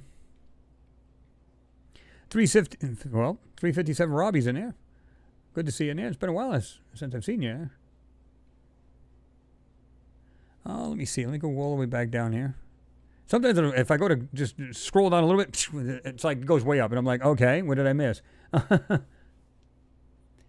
Too fast, you said most likely more advanced and got themselves in a war with another species, and it ended up very bad for the inhabitants of Mars. Well, I'm thinking, too, was it something they did with themselves? Nuclear explosion, pretty much killed it off. Now, China, and you can see this right here, maybe. China launches ambitious Taiwan 1 Mars rover mission. Now, I'm trying to think here, where is it going? And of course, if you read on, let me see here. There's something else I want to show you. Anyway, this was launched on the 23rd. I think I told you that already. And what I like about it is, again, they're going there too, and it's going to be an orbiter, lander, and rover. And if you get into it, it says, right here, it says, here's what China's Taiwan 1 Mars mission will do. You can read on that. And like I said, I'll give you the link to that as well. Just awesome that a lot of these places are going, these countries, and I love the idea of this, but it's like, will they tell the truth? No. Almost positively no. But it's going to Utopia Planitia, and I've told you guys that it's right next to the South Pole. And that's where they had done I think it was like it was a radar image they did of that area. And it was like, it had to be at least 12 inches under the surface or the satellite would not pick it up. But it was. And it was like a mile wide underground. At least that's what they said initially. Now, it may be a little bit small. Now, what is it? Just saying about the orbiter. Will eventually settle in a polar elliptical orbit that takes it close to the Martian surface, about 165 miles. And as far as 7,456 miles, or 12,000 kilometers. The spacecraft will relay information home from the rover and collect science data of its own using 7 science instruments, 2 cameras, the Mars Orbiter Subsurface Exploration Radar, Mars Mineralogy Spectrometer, Mars Magnemometer, get that, say that 5 times fast,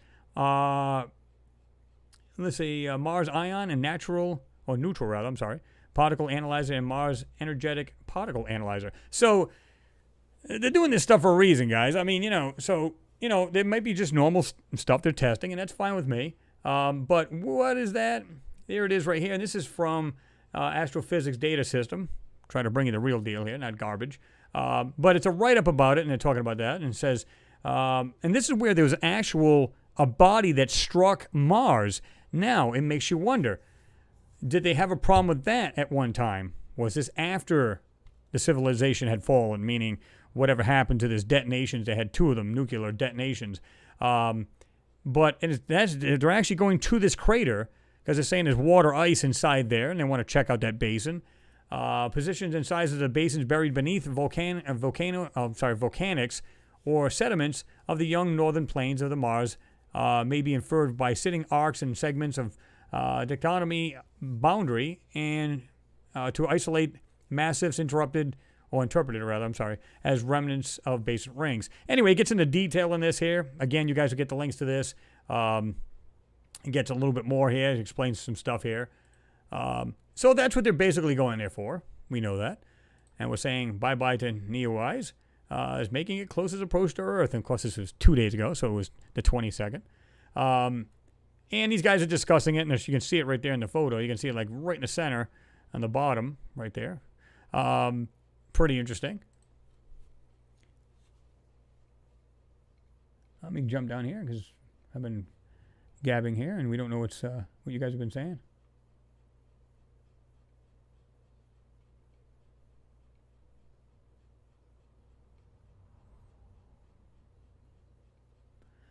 Kyle, yeah, you're right. You said, and that's BS because our taxes pay their salary.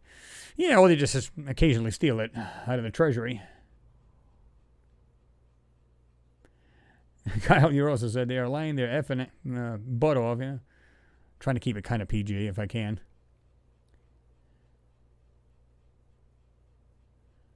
There really isn't no good one. Good question, Grant. You said, Chris, out of interest, what is your favorite sci-fi movie? I don't know, man. Anything that's sci-fi is like anything going to like Mars, things like that. You know, TV shows like Space 1999, Star Trek, even Lost in Space, as silly as that was at times. You know, anything that was like that back in the day, good stuff. Even though it wasn't space, it was like Arc 2. I don't know if you guys remember that. Wasn't bad. Anything that was like high tech or anything like that just kind of caught my eye.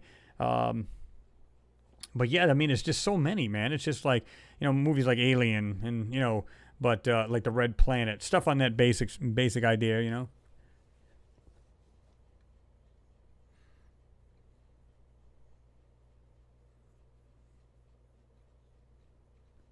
Jump way back down here.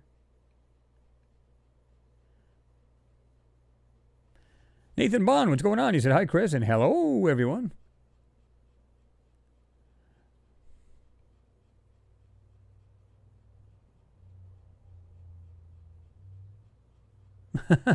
Noodles. Wow, Jean Ward also has a subscribe button plus a notification bell, all for free. Awesome deal. Yeah, I mean, yeah, like I said, check his work out. I gave you guys the link if you need it again. I'll go ahead and drop it. Just let me know. Like I said, I'll endorse any channel that's doing awesome and just on the level and straight up, you know.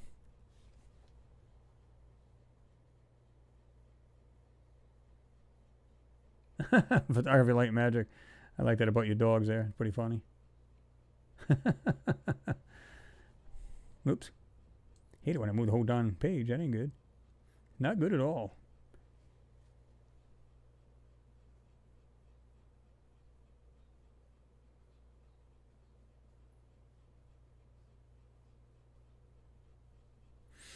John Ward's taking off. He said, I'm doing well, William. He's talking to William. He said, good night, everyone. See you all next time, perhaps together with Chris.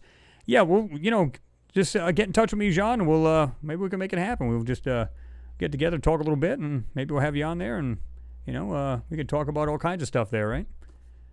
If you're taking off, you have yourself a good one. Be safe, right?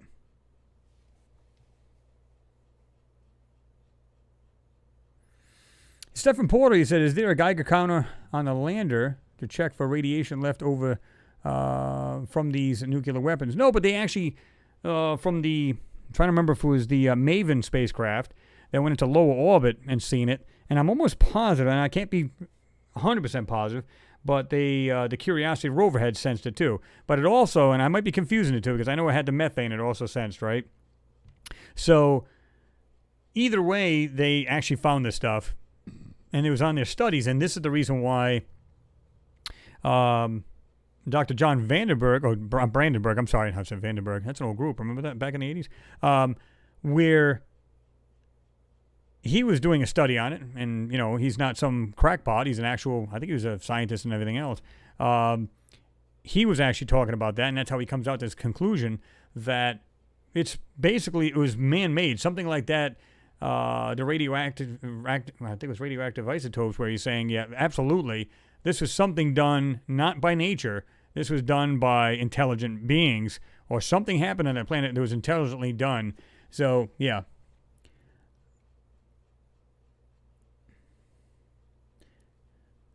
Claudia with a chance at UFOs. What's going on? He said, hey, and good evening, Chris, and everyone in the chat. Just got on. Hope all is well. Time to sit back and enjoy. How late am I? Not too bad, about an hour and a half. But you're here. That's all that matters, right?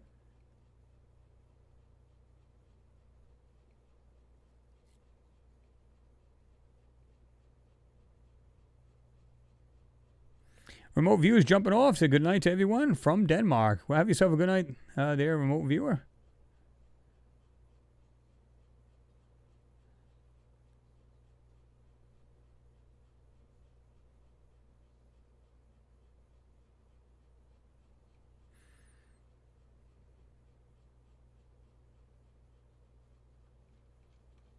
Go back down here. Noodles, Logan's Run. I miss Holly. True. Very true.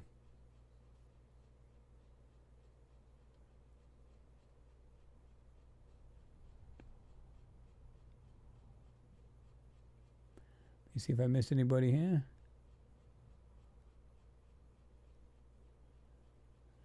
Zulu Vivon, Chris, I love you. I don't know if you still remember me. Did you go by a different name, Zulu?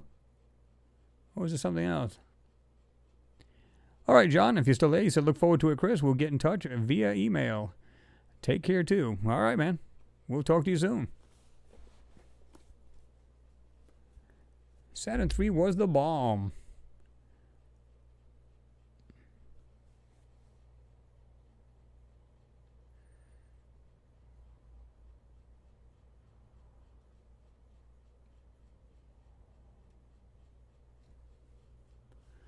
Grant McGowan, you said I said it before, and I'll say it again. Mars was surface destroyed by tidal surgence, either by gravitational disturbance, a comet strike, or nuclear war. Water is the key. Well, yeah, I mean, the comet itself, or large body, whatever hit and made that crater in Utopia Planitia, that might have been what set off the tidal wave. Think about that.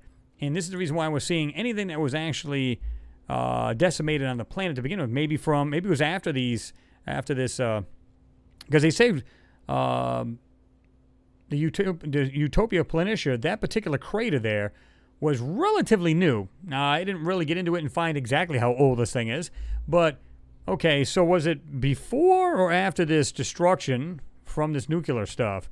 Now, you would think that it would have been before it, because wouldn't it have washed all the radiation away if it rolled over everything on the planet? Because they say the oceans was quite large compared to Earth. Considering the size of Mars is smaller, it still had more of a body of water, I think, than Earth, if I'm not mistaken. Now, would have kind of washed that away? So I'm thinking it was after. What do you guys think about that? Do you guys think before or after on that? Whoops. Crap. All right, let's see.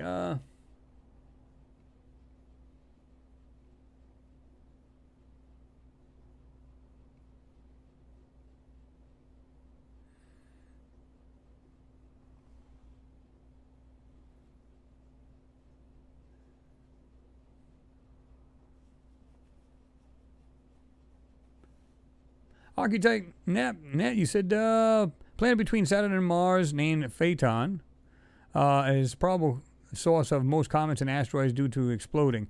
Well, yeah, I mean, you've seen the asteroid belt anyway, right? A lot of these things are just colliding, and of course it's sending them off in different directions, so it's kind of hard to tell what you'll find, or what it's kind of like a friggin' playing pool, right? And you don't know where it's going to go, well, unless you're aiming it and you're pro at it, but a lot of times, boom, balls going off in different directions. It's kind of the same way, kind of slamming into each other and sending them off in different directions, right?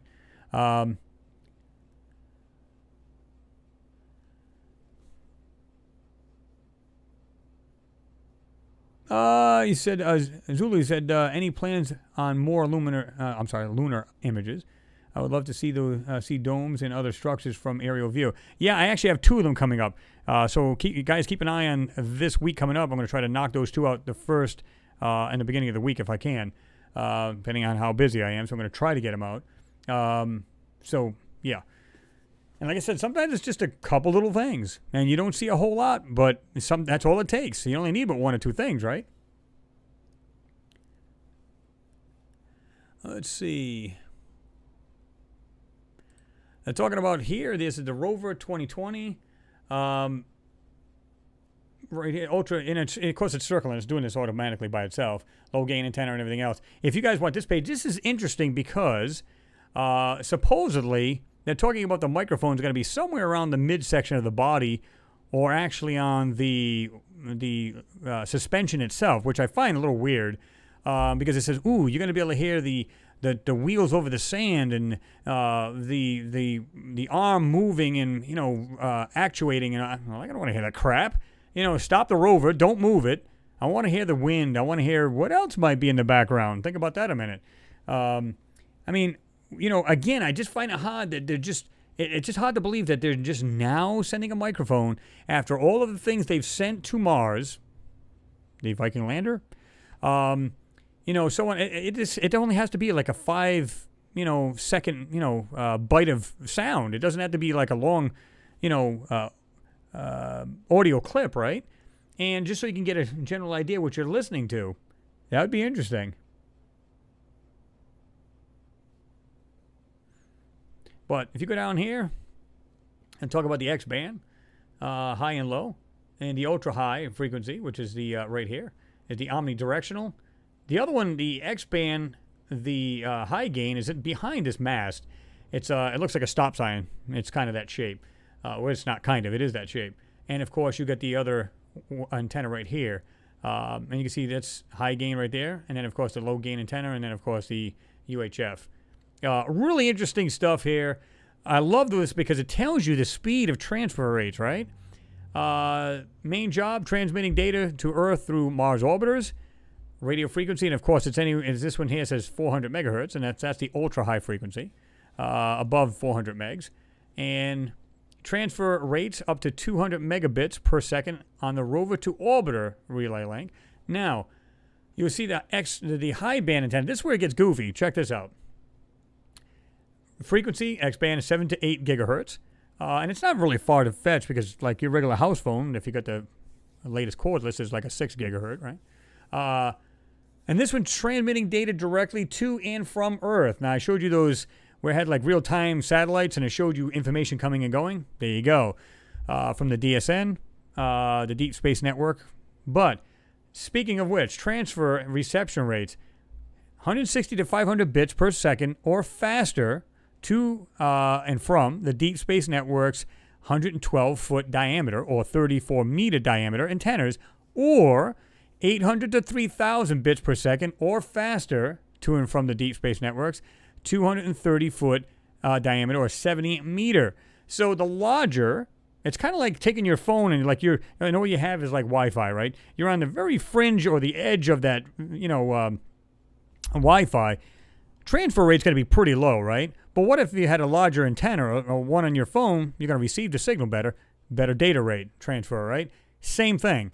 So, and it goes directly to Earth, not through the orbiters. Okay. This is the ultra high. And then we've got it should be the low one here. That's the low gain. And of course, this one here is X band. It says approximately 10 bits per second or faster from Deep Space Networks, 112 foot. Or 30 bits per second or faster from the deep. And all that one does, and it shows it right here, primarily for receiving signals. This antenna can send and receive information in every direction. That is because it's omnidirectional. So it shoots a signal in every direction, right? So my guess is it's going to be mostly for uplink and downlink from the orbiters. That's basically what that's used for.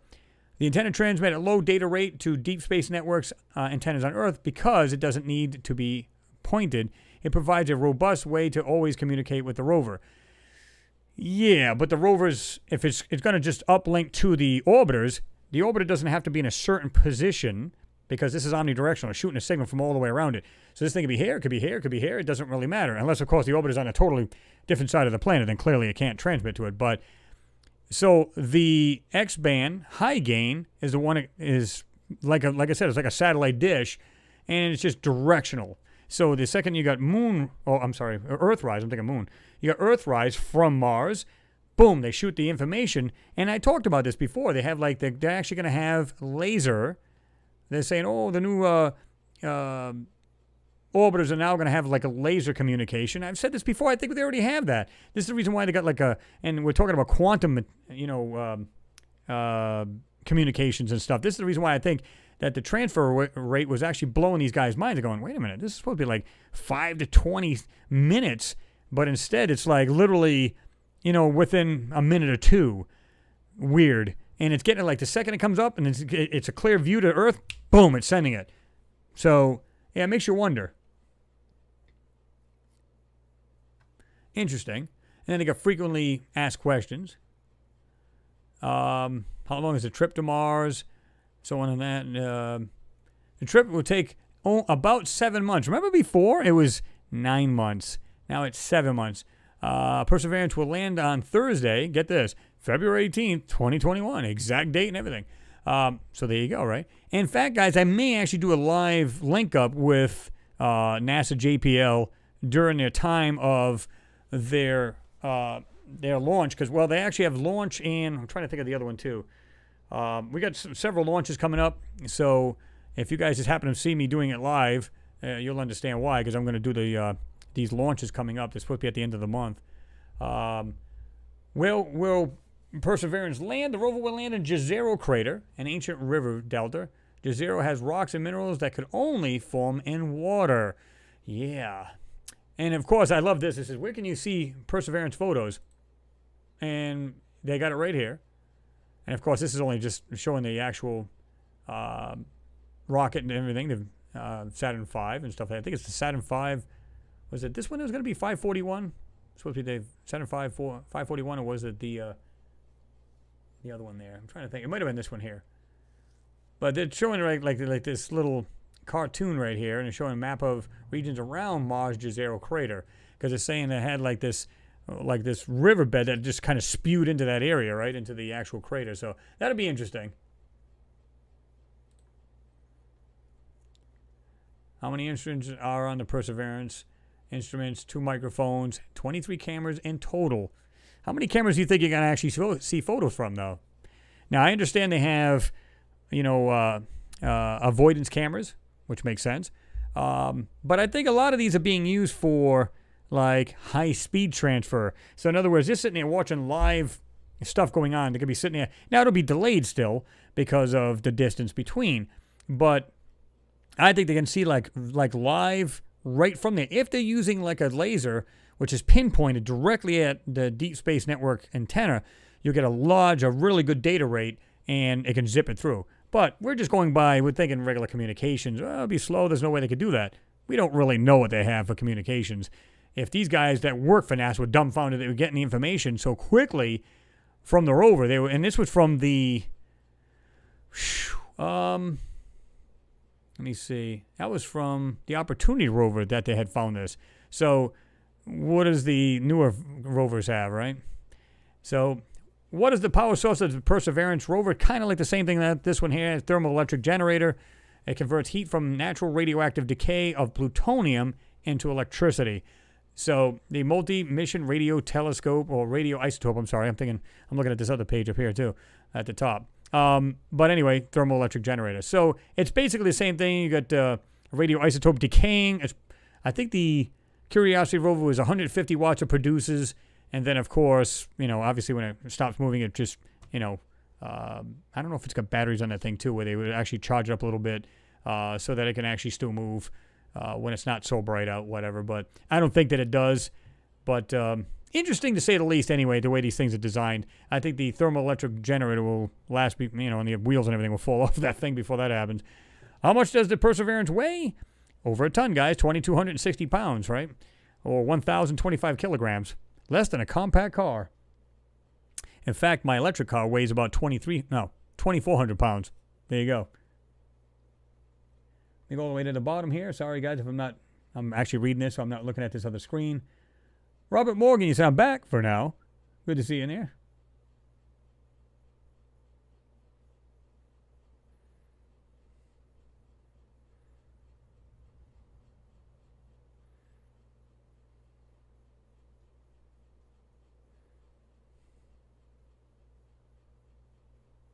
Elaine, you must be talking about that rover where they got all the names on there. Mine's on there, too.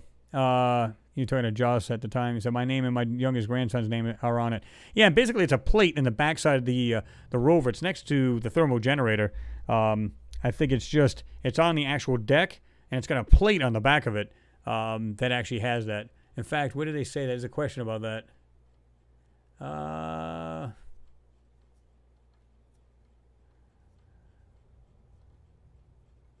Oh, man, I'm not going to see it now, but it says it right on there. Oh, let me see.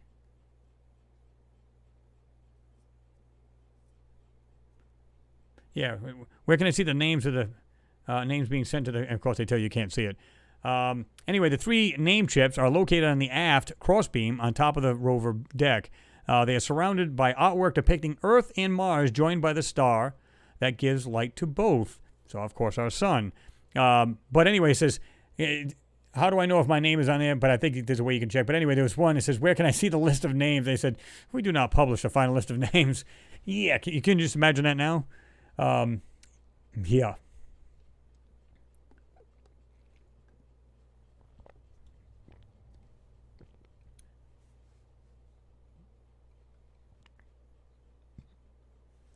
James Cragen, what's going on? Again, thank you for your support, as usual. Chris, it's all the one what they put on any of the rovers, because until you get your hands on it to work your magic, we'll see we will see nothing. That's a fact. Well, I'm hoping, and I know you guys are too, that we're totally wrong here. We're going to see some better photos than we're seeing now. But I noticed, like I said before, this new rover, they started changing texture of the way they manipulate these things. And I think that's going to be the same thing that's going to pass right onto these. You would think the camera is better, but it's only supposed to be bigger, right? So we're going to have bigger photos. But that doesn't mean squat to me. It can be the size of whatever and be super quality. It's not going to change the fact that these things are going to be still probably messed with. And again, I'm hoping I'm wrong. Again, James, thanks for your support, as usual. And as always, is it that many, Phil? I know they had a ton of them on there. Phil Cox with daughters Jessica and Kelsey Brown. 10.9 million names are on the new rover. That's a few names.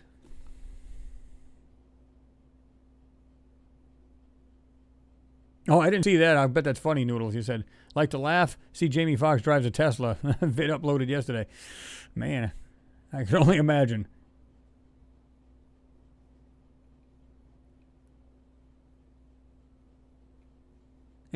Hockey type neck. Yeah. 23 cameras and nothing on. Yeah, I mean, we'll have the newer ones. Like I said, you've seen the on the top of the mast. It'll be better cameras, larger photos. It's supposed to be HD, all this other groovy stuff. And you know as well as I do, a lot of these cameras are made by, from Caltech. So they're top-notch, quality stuff. They're going to put the creme de la creme of stuff on these things, and yet we get trash for photos. When you look at like I said, the texture on these, right? You can't help but to laugh.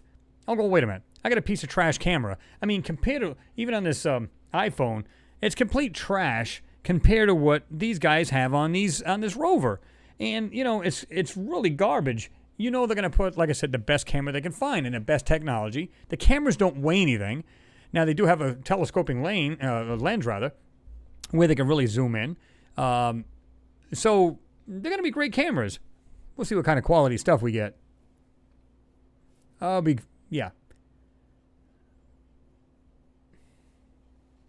curious to see what we get.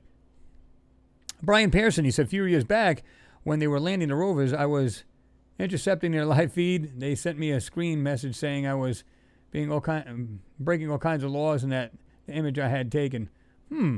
Really? What image was that? David, what's going on? Good to see you in there, man.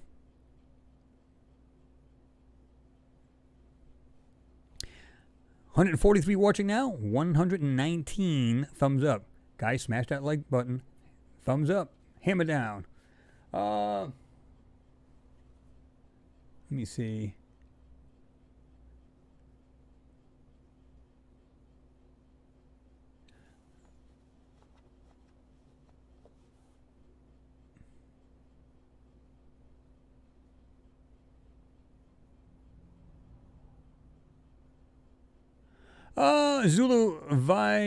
Vivon rather. Why are all these NASA images of the moon and Mars so soft? Like I said, they're messing with these things. You know as well as I do. I mean, you could be not even photography. You can't even. You can be like a total amateur at it, right? And take a photo and it looks better than that. The details would be astounding. Even on a simple iPhone, the photos would be pretty darn good, right? And yet, these even back in the Curiosity back in 2012. You telling me they had trash cameras back then? Come on now. And like I said, they're specifically made by Caltech, which is like phenomenal. They're going to, like I said, they're going to put the best camera they can possibly find on there, put together. They're not going to weigh all that much compared to the actual rover. Hell, we got an HD camera right here. I bet your thumb weighs as much as the camera I'm using. So, I mean, come on.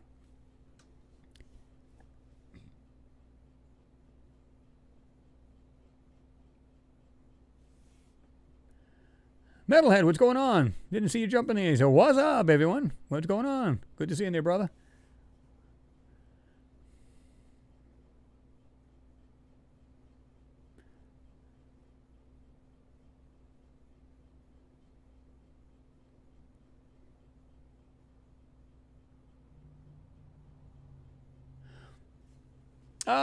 Stephen Porter, he said I would have put a compressor on it as well to blow off the dust on the solar panels or use electric discharge to clean them. Well, that's what they had on the Spirit and the Opportunity. They would send an electric charge on these solar panels and it would just basically get them off. But according to them, the Opportunity took a dump because dust storm covered the panels and it no longer could recharge itself enough to, actually continue to function. I find it a little hard to believe, but okay. We'll go by what they say. I don't believe that's the case. Because I'm sure they had a good windstorm at some point that could have blew the dust back off of it. I just don't buy that. Unless it got buried and fell off a cliff, I don't see how they can stop working. Now, the Spirit rover got stuck. That got stuck on something, and they say it was just dirt. It wasn't, because I done a video on that where it looked like something got stuck into the wheel, and it got hung up on it, and it couldn't get out. You're talking a 6-wheel drive, and they got a rabbit button. I've seen this thing move on the test grounds where they had the Curiosity rover just moving very slowly. That thing just took off doing like 5 to 7 miles an hour. Now picture a 6-wheel drive getting on this loose dirt. Now, I don't think it's going to be a problem. And you've seen the wheels on these things. They're not like they're just completely smooth and round. They got some decent tread on them. Not likely it's going to get stuck. Even the Spirit rover and the Opportunity had decent wheels on it.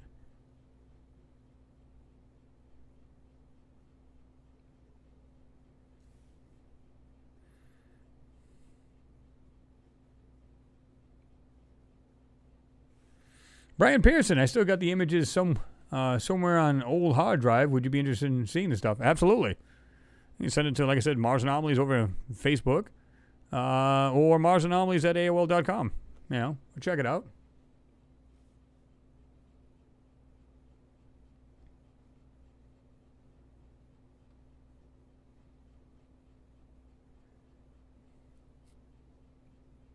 Well, that's sweet. What's going on? Didn't even see you jumping there either.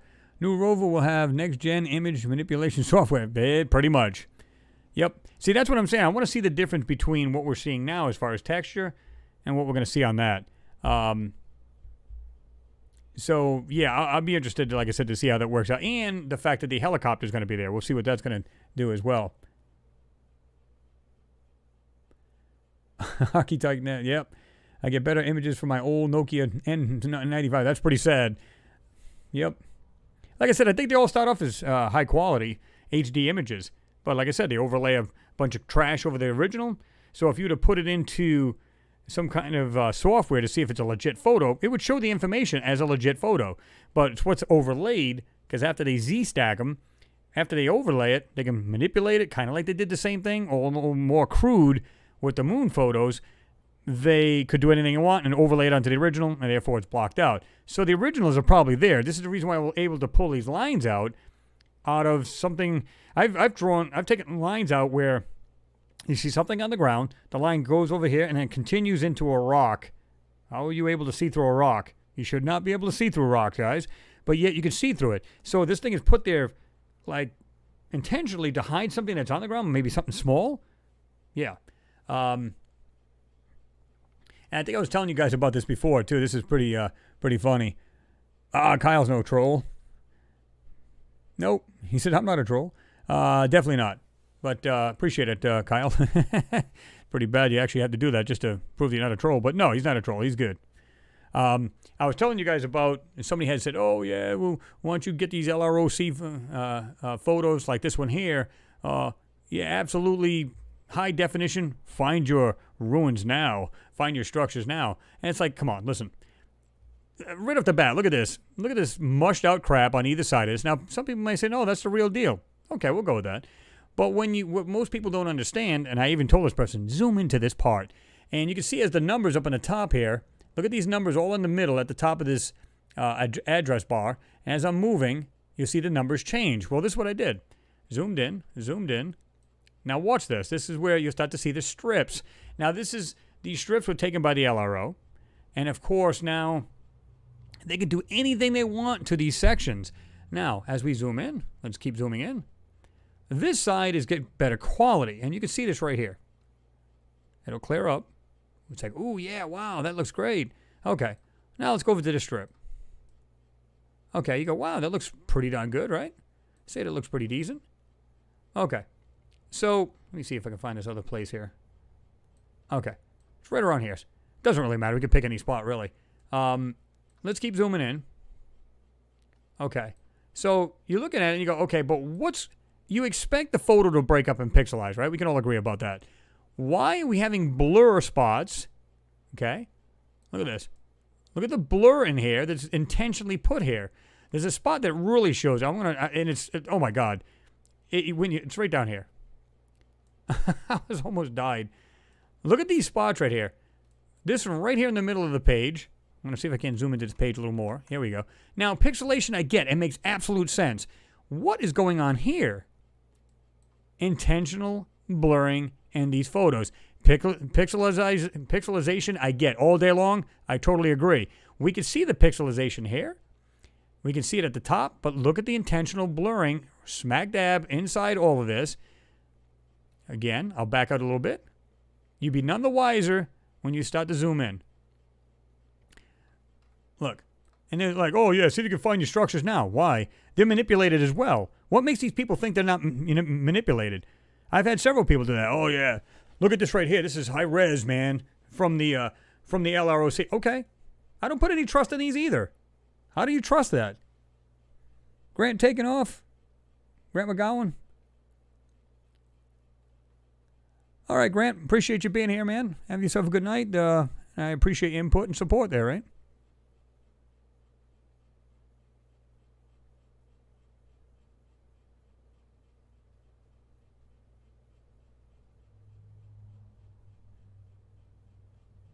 Go down here.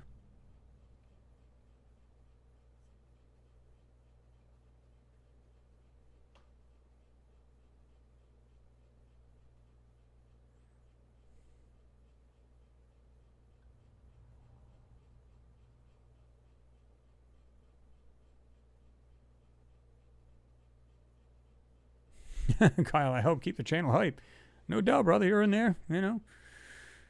Yeah, he's a good old boy. He's definitely not a troll.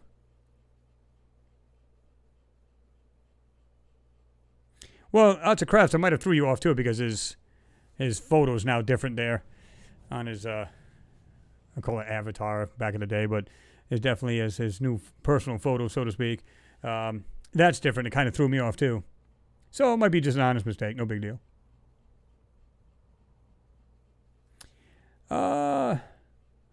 Yeah, Randall, exactly what I was thinking. I mean, you can see there's things under here where they're blurring it out.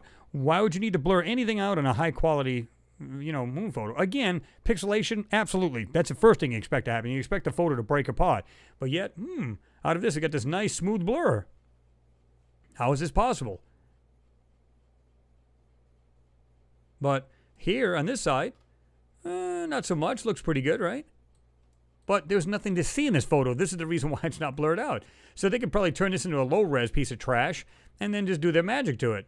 And there you go. Now, if you were to go like this, again, as you back out, oh, yeah, it looks great. Oh, yeah, wow. And again, you're not seeing these bands of these photos until you get to here. And when you back way out, oh, look, it's just a crater. But, these people, for some reason, they think, oh, they never louse these up. These are the real deal. Okay, let's go with the real deal. I'm seeing trash here. I'm seeing things that have been taken out of this photo. Let me see here. I have to try to get back in the same spot I was in if I can. And it doesn't really matter. I can pick any spot, and you can see this spot blurring here and there. Look at it all. That's quality right there. What I mean by quality is you're seeing the sharp image. You're seeing what's supposed to be there. And all of a sudden right here, there's complete trash. Look at this. Look at the white underneath here. See that? Yeah. I got news for you guys. This is not all natural landscape. I almost guarantee it. And again, there's your blur. Top, side right here, you can see the pixelization. You can see it's sharp imaging, even though it's low res. But then you get the smooth blurring. Who even thinks that looks even normal to anybody?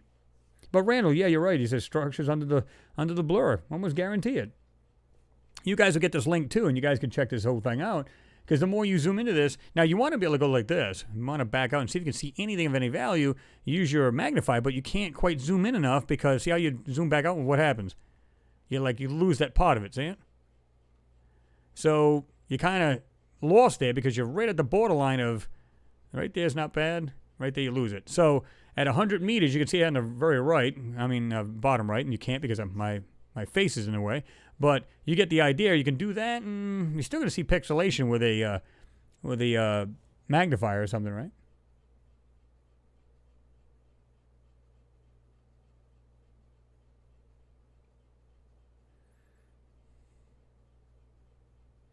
$357, Robbie, you're right about that. Obfuscation and manipulation is NASA's favorite.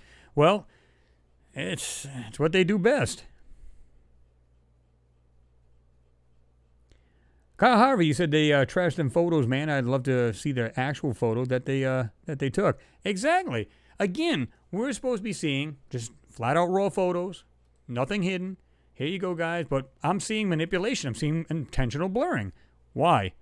Same thing we're seeing on Mars.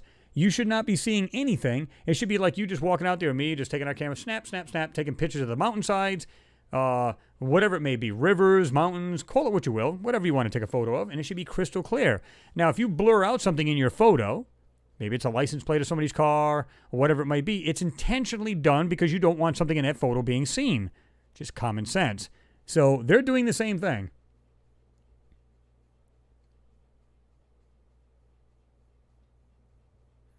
Like you said, Kyle, yes, the photo should be sharp. Mike Hoover's in there as well. What's going on? MJ 420's in there. It doesn't matter what they do to manipulate the new Rover photos. We will always get Eagle Eye Chris to call out their BS. Ooh, excuse me. Yeah, absolutely. I mean, the thing is, it's like, I never know what I'm going to find in these. I truly don't. And as many photos I look, and it's either so manipulated that you can't see anything in it, or it's there's nothing in there to see, so therefore it's not really covered up. Okay, well, next. I just move along. Like I said, I'm not going to waste your people time, you guys, ladies and gents. I'm not going to waste your time, and I'm sure in heck not going to waste mine. It just doesn't make any sense to do that.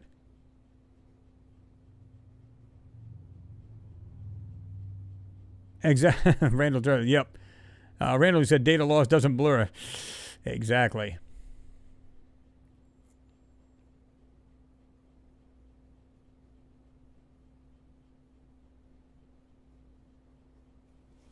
Rick C., you're right about that. Never a straight answer, some say. You're right, sadly. Mars Times. The smudges are there to keep the real estate prices down. Yeah, pretty much. And like I said, I don't know about you guys, but every time I see something on the moon, it's some kind of, it's like some craft that's like it's just laying on its side. It's just laying there like it's been discarded. Or... like it's just not used anymore. Some kind of something that couldn't get off the moon, or it's a structure of some sort. Now, it's probably abandoned stuff. Like I said, I mean, it's not, when you stop and think about it, like I said, some scientists say that, and I've said this before, where our solar system was in another part of the galaxy when the dinosaurs were here 65 million years ago. Okay, we'll go with that. So it's not hard to understand or believe that if we're in a total different area, they could have, lily padded over to our solar system, and, there was life all through our solar system, and then at some point they just said, okay, we're tired of the old neighborhood, let's move on. Or their resources ran out, whatever, on these planets or moons or whatever it might have been. This is the reason why we're seeing these things on different planets and our own moon. And I'll guarantee there's much more on these other planets in our solar system we don't know anything about. We're not privy to. And you're not going to know unless, of course, something slips out. So, and it's just wild to think about that, because it's like an old neighborhood that was all, was probably being used, probably going from Mars to Earth, back and forth, to the moon, so far, just going back and forth, and who knows? And now you see, what we see is leftover civilizations or things that have been discarded, or areas that are decimated on other planets, or a craft that's just, like this, it's kind of like this in this desolate area, just these crafts just laying on their sides, or just weird stuff, man.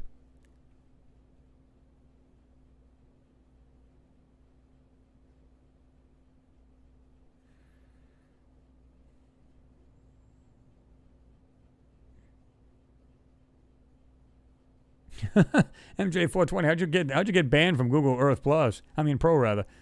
That's sad. What happened there? Let's see.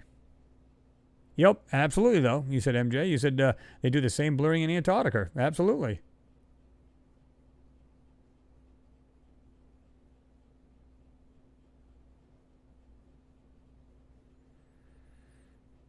Well, Zulu, great question. You said if there are structures on the moon and Mars, how come more whistleblowers from NASA don't come out and expose it? If the government is keeping the secret, how they maintain secrecy? Well, they're hoping that when some of these people come out, there's many whistleblowers out there, right? You could just look for them. Just put NASA whistleblower, and you'll find a whole host of them, right? But they're hoping that people are just going to go, they're full of it. Think about it.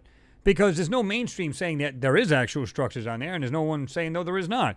I mean, they can play back and forth, and that's the way it goes. But they're hoping that people, they're going to hear them, and they're just going to go, these guys are crackpots. And they're not going to listen. They're not going to take them seriously. So, but when you see some of the stuff and hear some of the stuff that's been done, or some of these people have seen, then you just go, okay, it makes more sense why they're hiding it, because they've perpetrated this lie so long that I don't think they know how to get out of it. And now that it's getting bigger and bigger, meaning it's probably seeing all kinds of crazy stuff that I don't think our mind can comprehend that. Like I said, some of the things on the moon alone. Again, the Apollo astronauts, when they came back, totally out of their minds, right? So we can only imagine, and we've seen some of the things in some of these photos that we have dove into, that, yeah, it's just crazy some of the things we've seen, and they've seen this stuff right in front of their face. So you can imagine how freaked out they got just seeing it. Either how large these things are, not knowing, or knowing rather, that it's not made from us. Wow. I mean, it's just crazy, man. These guys came back, they're completely fritzed out of their mind, and you don't know what they actually saw. We only just got little tiny pieces of glimpses of crap they might have seen, right?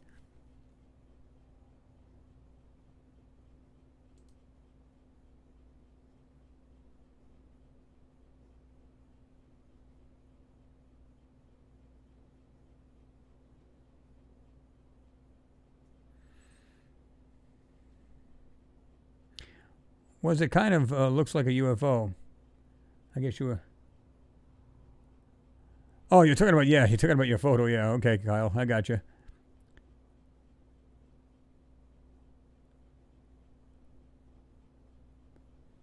All right, let's see here. So anyway, guys, I was on the Martian surface, just having a look here, and this sand dune is absolute trash. Kind of sunny out that day, by the way. So yeah. No, the reason why I brought this up is this is funny because if you go to this right here, you can actually put your own photo in there. And I'll give you the link to that as well. It's pretty cool. You can just put your photo in there, and they say you can either use 2 people, or you can use the one like I've done of here.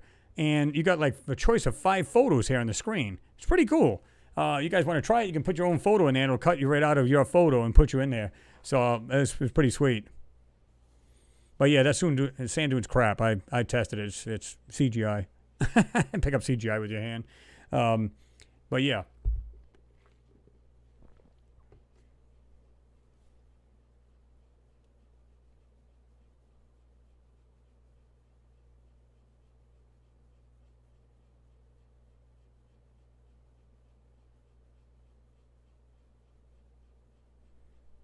That's good to hear, Zulu. Yeah. Nothing wrong with that, man. Get rid of the stress and everything, right? Actually feels good to get it off your back. Nothing wrong with that.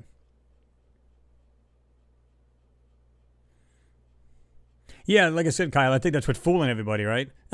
Because it's like I looked at yours too. I was like, did he change his profile pic? I said, what the hell? So it kind of had me fooled too. Until I looked at your name and clearly that's him. William Johnson, you said grander scale than imaginable. Absolutely, I totally agree with you. Like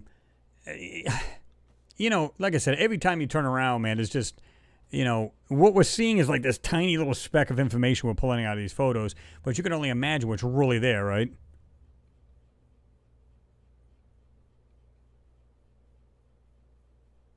Taking off, Elaine?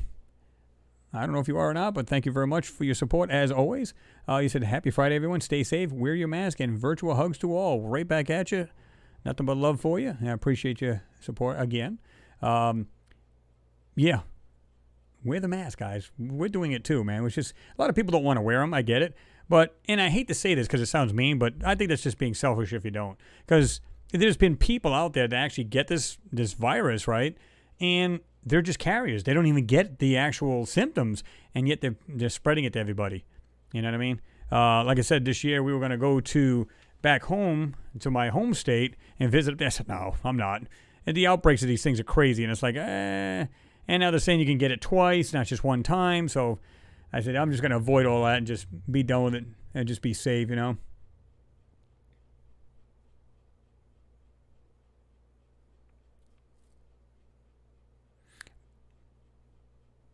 But if you are taking off your lane, have yourself a great weekend.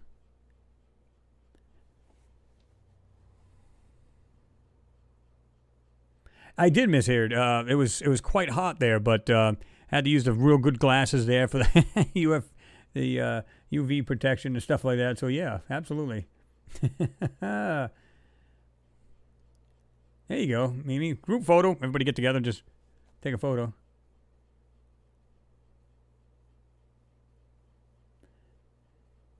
I thought it was pretty cool though, because you can actually, like I said, you can do one with the Perseverance. I think one you're inside the control room. One is actually you got the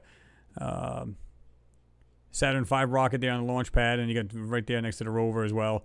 I thought it was pretty cool with the dune there, which is faking and crap, by the way, because they do have one or two, several photos actually of a dune that looks like that. I went, oh, okay, whatever.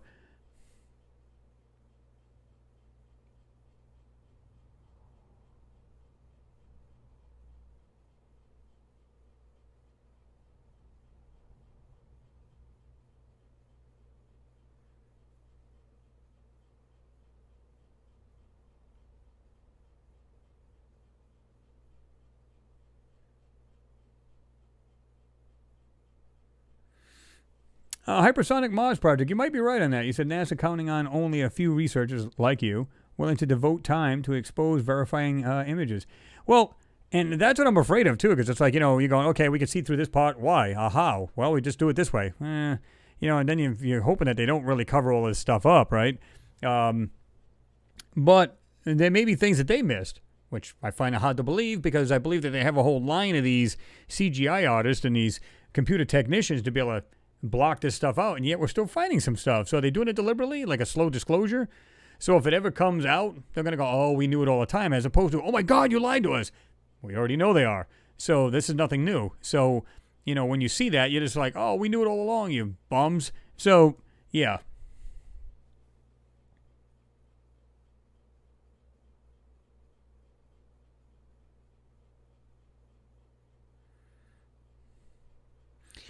FC Mackin, I didn't even see you even jumping in to begin with, man. Man, so many of you guys are jumping in and out of there. It's like, and plus I was on here on the screen, so my apologies for not seeing you earlier. You said, gotta go, Chris. Next time, bro. Frank M. Well, I appreciate you, Frank. I'm sorry I didn't, I don't know if you threw any comments at me, but if I did, my apologies. Like I said, I'm over there looking at the screen, and I'm jumping back and forth two screens there. But if you're taking off, have yourself a good night there, right?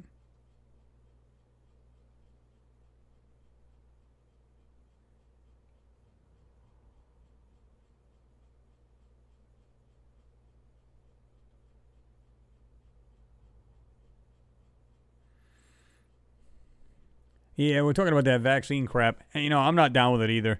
You don't know what kind of cocktail they're going to throw at you, and you might come out later on, ooh, by the way, this thing has been known to give you side effects, and who the heck knows, right? Years ago, there was a Dick Cheney, they were talking about, curving the population. How do we know? It's not like a little strain or something that, later on, X amount of years, you end up dying because of it or whatever. Who knows?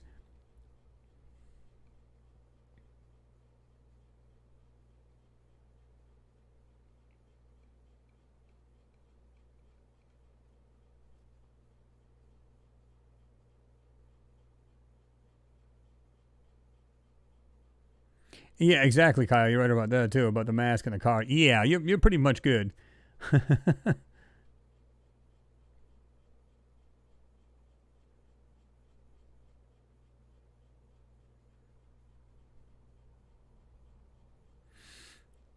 Zulu, you said have had chest congestion, some trouble breathing for the past several months. Nothing that severe. I have been used to it, and some slight coughs.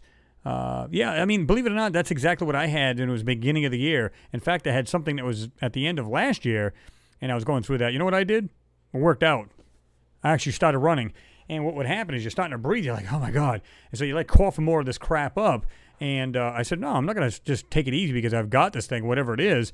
And I said, to hell with it. I'm just going to go ahead and, just do more exercising. Get on the treadmill, run outside. Doesn't matter. I said, nope. I'm going to let this thing get me.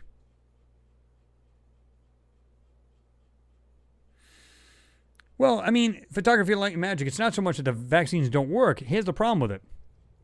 You get the shot, and this is like that with any flu shot. You can look this stuff up. You get the flu shot. Oh, wow, it works for that strain until it mutates. Then that vaccine is no longer any good, so you still end up with it. And, and every time you get a vaccine, you get a little bit of that actual virus in there so your body can build up an immunity to it. That's all well and cute and all, but then you get it morphed. This thing mutates into something else, and you get it, you still get it just as bad. So that's why I'm not a big fan of these little vaccines and stuff like that. I'm not saying that they don't work. If it's the same vaccine and if it's the same particular virus, well, and then it doesn't mutate into anything else, you're golden. But that's not always the case. And these doctors will tell you that. Some of these doctors will tell you that. Don't believe the hype. Nathan Bond, you say, hey, Chris, do you believe Bob Lazar's story? I do. Because, I mean, the guy's genuine. He is a scientist.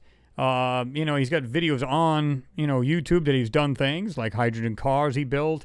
He's got a hydrogen plant that he built himself out of solar panels, meaning it's powered by the solar panels. And he's got it in a Corvette, running on hydrogen. There's 4 tanks in the back of the hatch. I think it's a mid-'80s Corvette. The guy is a scientist, and I have no doubt he could just tell the way just his body language, you could tell he's telling the truth, right? So if he's a liar, he's pretty damn good at it. And I don't believe that he is, to be truthful.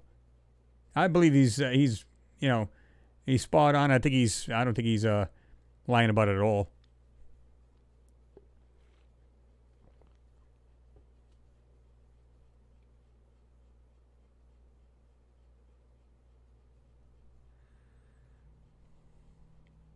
ArchiTitanNet, like I was saying, the issue is whether we can trust a vaccine and if it is effective long term.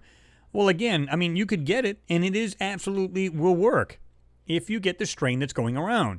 If it mutates, and I think they said that before, there's a different strain of it coming out of China now, and that was a couple months back. I heard that. Whether how true that is, I don't know. But if that's true, that vaccine ain't going to do squat if it makes it over here, right?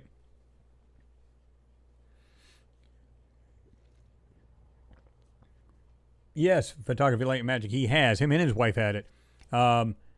Jimmy Roberts had it. He made a video. Go watch it. There are lots of people who say the same thing as Jimmy. Absolutely.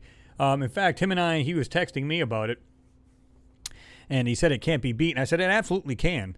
When I know I thought I had it, I'm almost positive 100% I had it, even though I didn't get tested for it.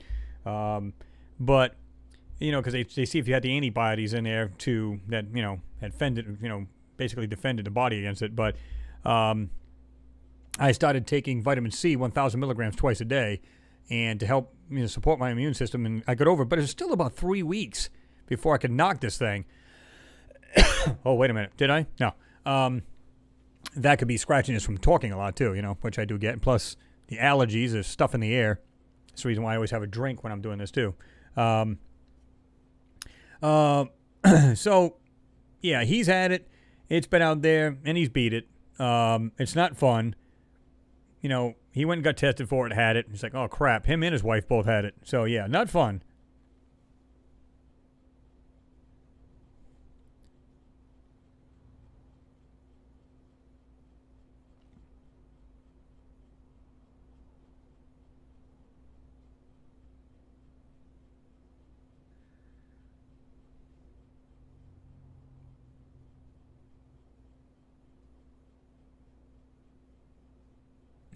Pete Ferrero. Apparently, we should only listen to politicians, not doctors, to concern, a virus. Yeah.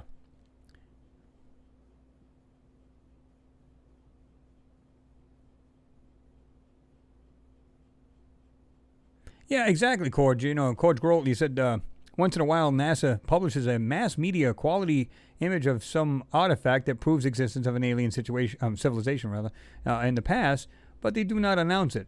They, just silently publish a photo. Yeah. And yet people are finding all kinds of crazy stuff in it. What do they do? It's like they're going, let's just throw this out there, right? And we'll just kind of get everybody in a topsy-turvy. But the way I look at it, like I said, it's like soft disclosure, right? You know, if they do enough of this, you get so accustomed to seeing this stuff, you go, well, I believe there was life on there, or there still is. So, if they come out with it tomorrow, you say, hey, you lying SOBs. But you just go, okay. Now, imagine not seeing any of these photos, and then they say, oh, by the way, they announce it on TV, and they show these things. Everybody would be freaked out. This is the way to condition people. So this way they don't get totally freaked when they announce it, if they ever do, or it gets leaked out. So this way people are not completely out of their minds and jumping off buildings and killing themselves, things like that. Let me go down to the bottom here. I'm sorry if I miss anybody, but I don't want to be too far behind here.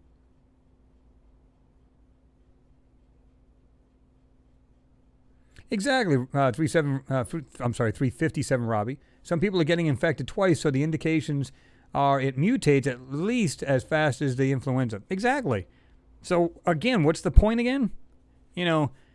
Hopefully you're strong enough where you can actually fight this thing off. And like I told Jimmy, I said, yeah, it could be fought. Oh, and he said, I don't think you can. Oh, it can. As long as you can strengthen your immune system and you're not compromised too badly, like, diabetes, high blood pressure, all kinds of range of things. We get a real, you're not very active, so on and so forth. Has a lot to do with this. The body's weak to begin with and then it attacks it. Then you're in trouble. I mean, it is the real deal, guys. The virus is real. But to say, oh, we got the virus to it, oh, yeah, they're going to start using people as guinea pigs. It's like, I don't think so. At least that's just my personal opinion. I'm not saying everybody has to go with that. I'm just saying.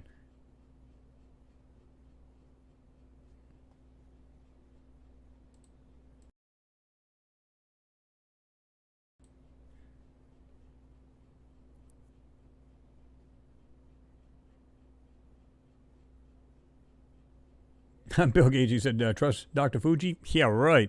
Go look into him a little bit more, yeah. Yeah, he's a piece, all right. Now, this one here, you guys seen this story a long time ago. This is, I'm convinced we found evidence of life in Mars in the 1970s.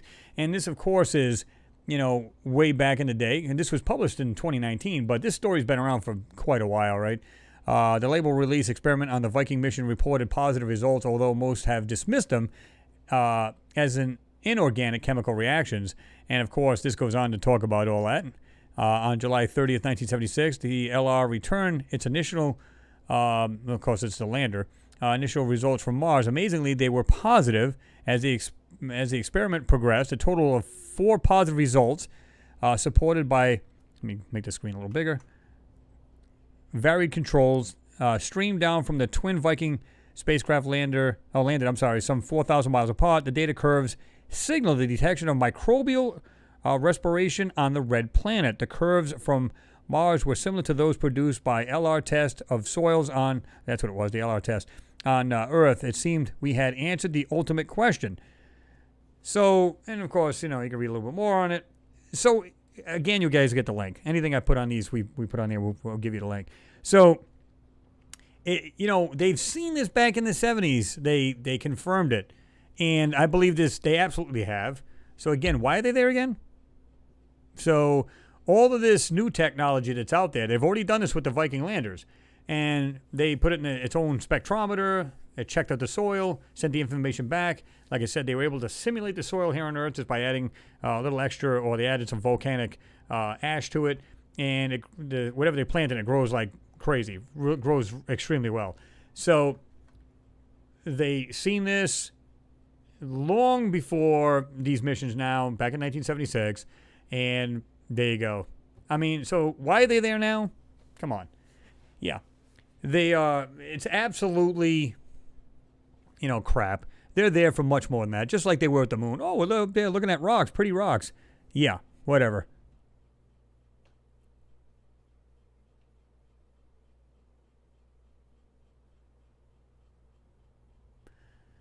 Oops. I hate when that happens. Hit the microphone here. Ta-da!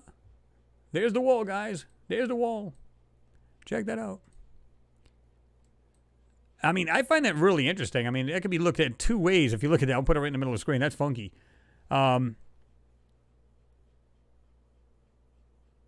Let's see. A Mars Donald's. That would Mars McDonald kind of thing. That would be pretty sweet. What do you guys think of that? That's pretty neat.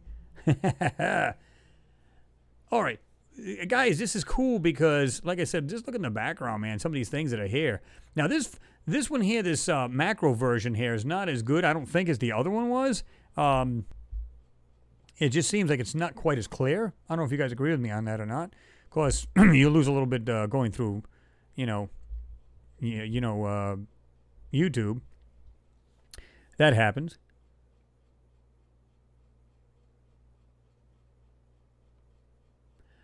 Just look them up, Zulu. Yeah, about Fuji. Just look them up, and you'll see what I mean. There's a range of stuff you can find at this on this stuff, and about these people here. I mean, now he's saying, "Oh yeah, we may never get over this." It's like, oh come on. It's almost like they're trying to keep everybody just down. Just keep them down. Keep a thumb on them. Keep them down. So everybody's going to be in fear constantly. And now I'm not saying you shouldn't care about the virus. Absolutely. It's absolutely serious. And if I was you guys, I would not be traveling down to places that have it the most. Going down to the Carolinas, which I know friends are doing it. And I tell them, what? Are you mental? Going down to Florida, going down to these places. I usually go there every year. And this time I was going to go back to Rhode Island, and I decided not to. For good reason. And I've explained that. So I'm not doing it. And we already had my vacation. I'm happy you did. We did. So here's the overall photo right here. Now, there's a couple of things they had mocked off. Not sure where they mocked off over here. But just some things in here that, see, they got these little other marks. I'm not sure what they were marking off there. Now, I do see this rock here, but look at this flat piece right on this white piece or tan piece. It has like a rectangular area. It stops right there. Just barely stops right there. I'm going to put this in the middle of the screen. Right there. Goes over to here. And there's another opening here. So this thing is part of something else, but they made it look like a rock. See the way the top of that is? Whatever they don't want you to know, they always put it in lighter colors. You ever notice that? So, when you use like the tools and to dock in these areas, suddenly these things become, visible. Look at this. What is this right here? Yeah, that's just out of nowhere. Just, like I said, just weird piece sitting right there. And there's so much more. Look at the blurring in this. Look at the way they just took this whole area right out. Wow, that's sad. Yeah, that looks real. Again, they have this different technique now that they're actually using to block this stuff out. I thought this is interesting right here on this mountain. Look at this. What's that weird? It almost looks like a cone upside down. Kind of got that weird look to it there.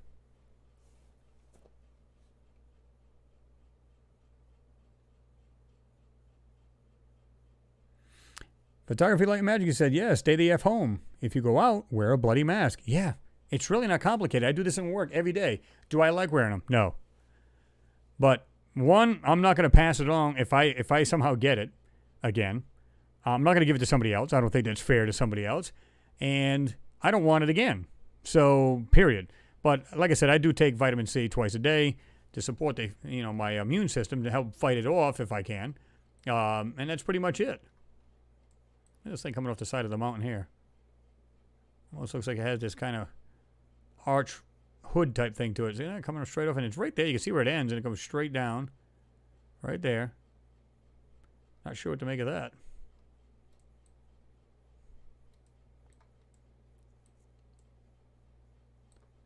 Got something back here they circled. I'm not sure what that mess is.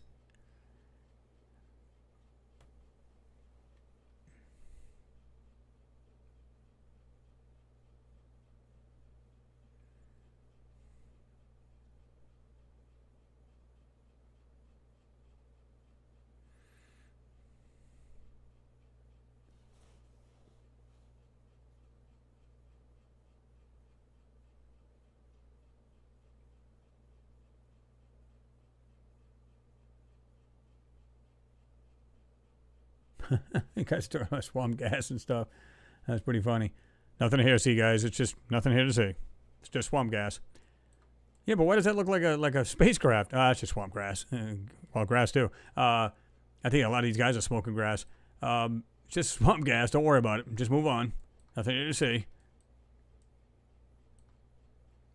Just like some things you can find that are like hidden or just like hiding in between rocks or things they didn't take out.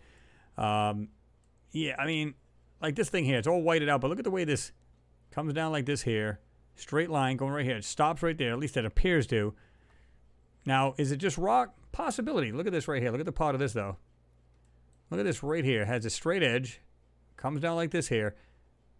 And it looks like it's white or lighter in color. Right there. But yet it's been manipulated and everything else to hide just about all of it.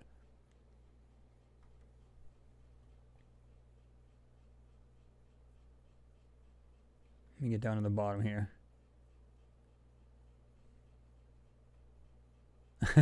Elaine, swamp grass. Ugh. Yeah, it could be bad. Oh, that's too funny. What is this here in the back? This, like it's like embedded in the rock, or is it just manipulated around? Which wouldn't make any sense. You know, you think you try to figure out the motives of these guys. Why would they just kind of go around that? And it looks like something like rounded right there, connecting, almost like a connecting rod to an engine. You see it right here, and then coming out over here. Just weird things, man. It's just like everything's blocked, but then some things they just leave open. You know, like I said, this stuff here in the right here, I'll put it in the middle. Look at the way that is. It's like squared off. You can see that. Clear as day. Got this rounded, I called it a hood type thing, and then you got this piece right in the middle. What's the chances of nature doing that, guys?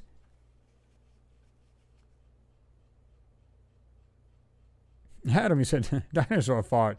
That happens. God, I hope they don't have those things on there.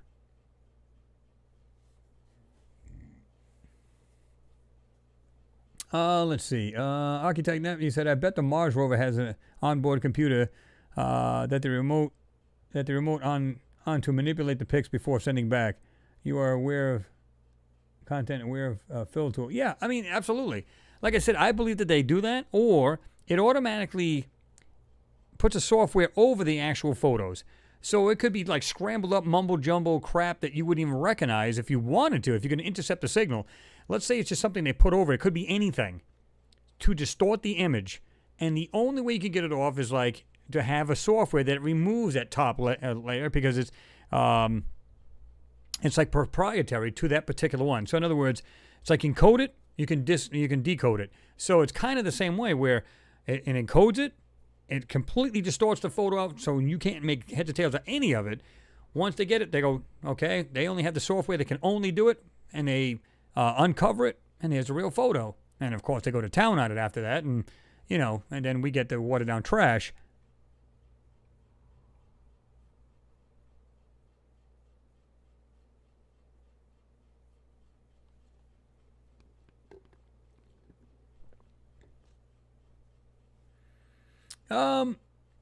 Zulu, I'm not sure about that. You know, you said, what are your thoughts on human mutilation, similar to cattle mutilation? Why do you think aliens would do that? I don't know about mutilating humans, but they do, from what I heard, from a lot of these people have talked about how they were abducted and stuff like that.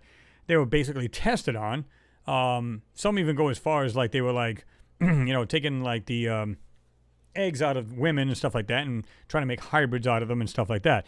I don't know about all that stuff, but the other regular, and I call them regular, abductions is, you know, basically they're just there and they're doing simple tests on them. Then somehow these people wake up and it's like hours or days later where they come out of it, and they may have like little marks on their body, their neck or whatever, and they find out that somehow they lost all track of time, whatever. But as far as mutilations, I haven't heard about that. I totally agree with you, Mimi. You said, I'm so angry we never get to see the raw photos. Well, these are supposed to be raw pictures. They're supposed to be. Of course, you can see how that is. Miss Eard, I'd like to order a swamp grass tea. Well, this is tea. I don't know about the swamp grass, though, but that even sounds horrible, don't it? Yeah, that would be bad.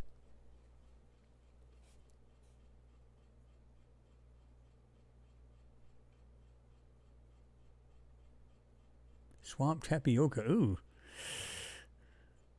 I don't know about all that either. 357 Robbie, you said there are clean, clear images of statues depicting deer people, giant crab-like crustaceans. How much do you need? Yeah, I mean, there's so much in there. I mean, I see a lot of mechanical parts. Once in a while, you see what looks like some kind of weird little being type thing. Like I had that one, it looked like it was in that little craft. It was up on top of that mountain where it looks like it's kind of slumped over and like it got frozen in time there. I don't know. But I see more mechanical stuff than I see anything. And they circle this out. Not sure what that's supposed to be. But, I mean, look at this. Like up here, look at the line right here. Like they just totally distort these things out. There's something right here. You can see it. The darker edge right there. And you can see just a little slight detail right there. And then the rest of it's washed out. See that? Yeah, these, like I said this already, these are not mountains. Look at this. These two lines right here going across. And look at the way it goes up, kind of peaks over here, and then goes back down. Whoops, that's a little too much in there. You can see the two lines. There's one here, very faintly. It's got these striations. They put these lines in. But you can see it kind of go up and goes down. But look at the whole opening. Look at how dark it is. And look at the way it comes around. See that? Goes up, kind of goes back down. And it just happens to be in the side of this mountain. I'm not saying it can't be a mountain, but I'm just saying, look at this. What camera takes a lousy photo like that? Come on. Looks like you get something square, something sticking out of the side of this. And that kind of looks like it's elongated too. It goes in the back. Like front to back, it's pretty long. See that?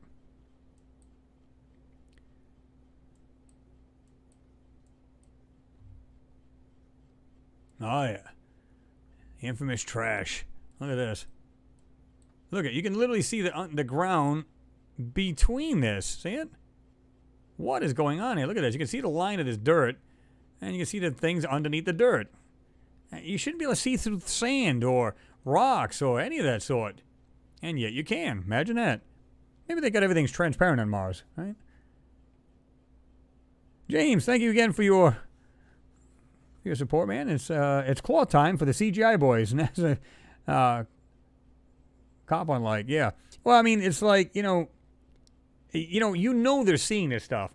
Because, like I said, if they'd laid off 250 CGI people in their CGI department, how many did they really have? And, these people are double-checking it and, proof-checking it and all this other crap right down the line. So it makes you wonder, are they doing this purposely? They have to be. There's no other way around it. They can't be that many people in there, and they're that stupid, and, oh, that slipped out. It makes you wonder. I'm not complaining. I'm glad they're letting the stuff out if they are. I love the face of this one, too. Look at the way this is nice and curved right here. See that nice smoother area? That's why I don't think these are rocks or mounds, guys. I think these are structures or some kind of other buildings. Something, whether it's structures, crafts, whatever it may be. I think they're structures. Look at the way that just comes down like that. Nice and smooth, goes up. And then you can see it's complete. Look at this. Come on. That's not real. Look at this. You can see a little gray in there, too. See that? Got this, like, right here. Almost like a half-round circle there. See that? Look at this mess. This almost square piece with this, like, 3 dots on there.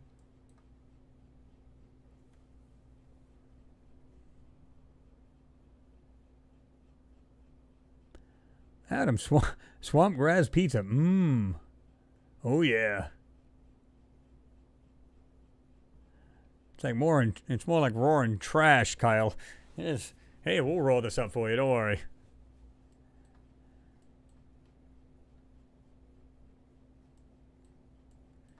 I mean, they must have some really wild software to be able to do this stuff. I mean, think about it.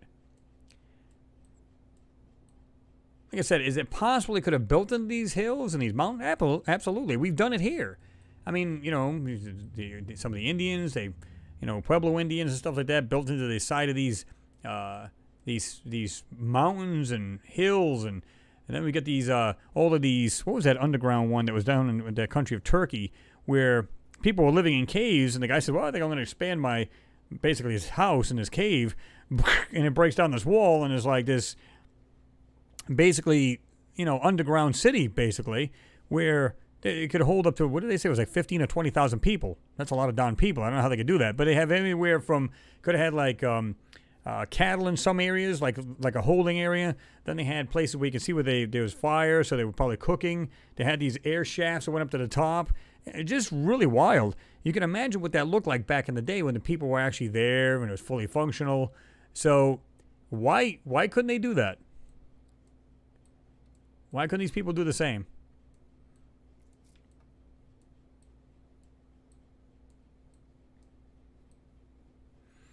Check out this other one too.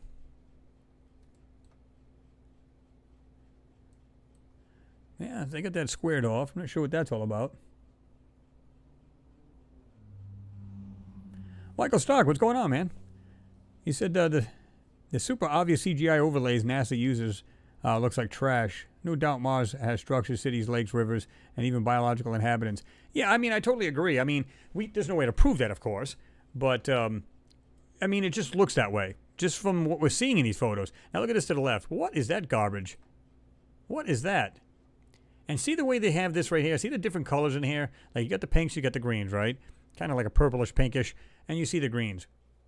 To me, and I've seen this a million times, it's just layers of manipulation.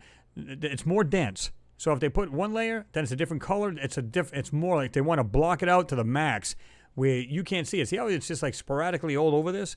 It's mostly green, but then you have the deeper colors here. You can see like there's absolutely no detail when they put this, I'm going to call it like a pinkish purple, right? Come on. Something right there. I'm not sure what that is. It's like a small hood type thing, whatever that is.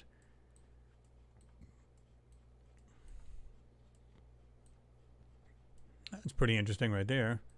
It's got like this round circle, half round circle. You can see that right there? Get these parts sticking out.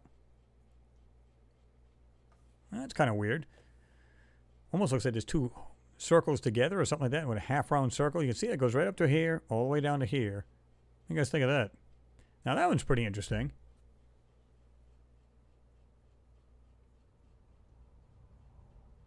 Thank you. Architect Nap. Yep, Darren Kuyu. Yeah, I mean, you see what happened there, right? Guy decides break down the back wall and that's cool. You guys can look that up, Darren Kuyu. Yeah, you look it up.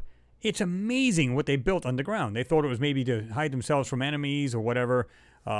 Maybe some speculators the what's the word I'm looking for? You know, the harsher weather or whatever at the way back in the day where, you know, being underground, it's a constant, right? You go underground actually after so many feet, it's a constant temperature at all times. It could be 120, it could be 120 below zero. Doesn't matter. And of course, I'm talking Fahrenheit. So it could be either way pendulum swinging and stay like a constant, what, 50, 55 degrees, 60 degrees? And if you wanted to, you could heat the place by using, you know, fire, of course. And of course, you can, you know, just let it out of these vents. They had air that can get air down to the bottom because of these vents. They had more than one. Very, very well built.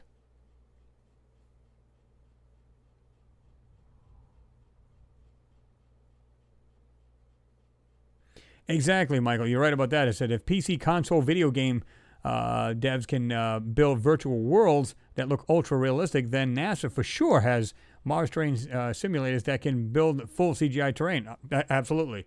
And I think that's exactly what they're doing. They can do anything they want. Build, you know, hide things, rock mimicking software. Like I said, I was told that when I was told that a long time ago, and never did hear back from that person. They said you're on the right path. Just keep doing what you're doing. And I tried to go back with them and tried to email them back. Wouldn't go. They said it cannot be. You know, it failed to deliver and everything else. It's like something was anonymous, and they just sent it to me, and that was the end of it.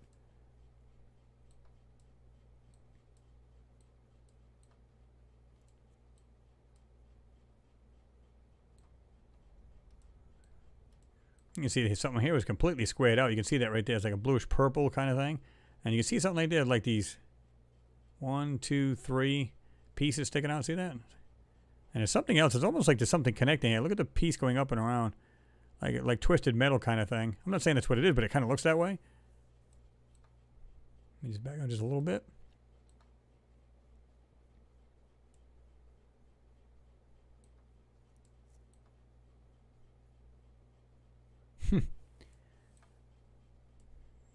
You know, I'm okay with, you know, Mother Nature making these weird shapes. I'm okay with that. There's nothing wrong with that. But when you see things like one thing, you go, okay, that's believable. I get that. When you see 4 or 5 different like shapes you shouldn't see together all in a row, you just kind of question it. You can't help to. You know, like this piece here. What is this? Look at the way that thing has these angles. Just this alone. Corner, 90 degree. Goes up here in an angle. Comes back down in this angle. Comes back down. 90 degree angle. It's pretty thick. And has what looks like something protruding out of it. Look at that. That to me right there. That's not natural. Almost like the number 8 right there at the end of it. But it has these 2 openings. 1, 2 piece coming up, and it's doing another one in the back. So I would make the assumption there's another back one like this one here in the back. Down here. What is that? Anybody know what that is? Probably not.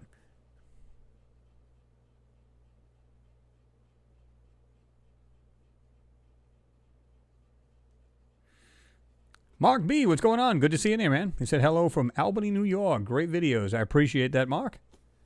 Much appreciated.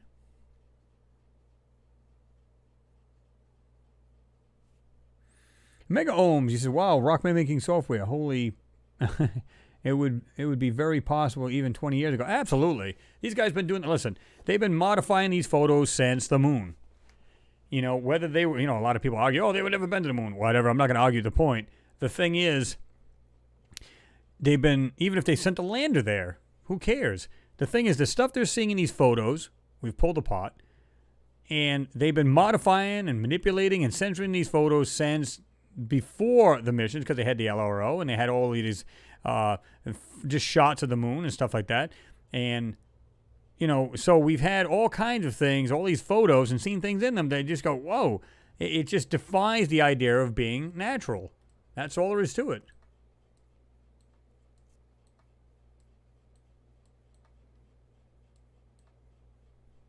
I like that nice curved rock right there.